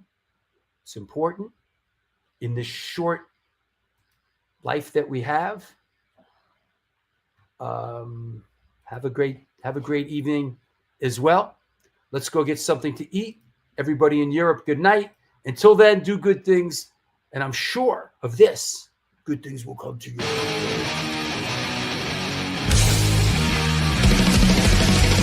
Conditioned by indoctrination, conditioned by society. You're a victim of the digital age, a 21st century casualty. Open your eyes, you're losing control. Open your eyes, put down the phone. Conditioned by misinformation.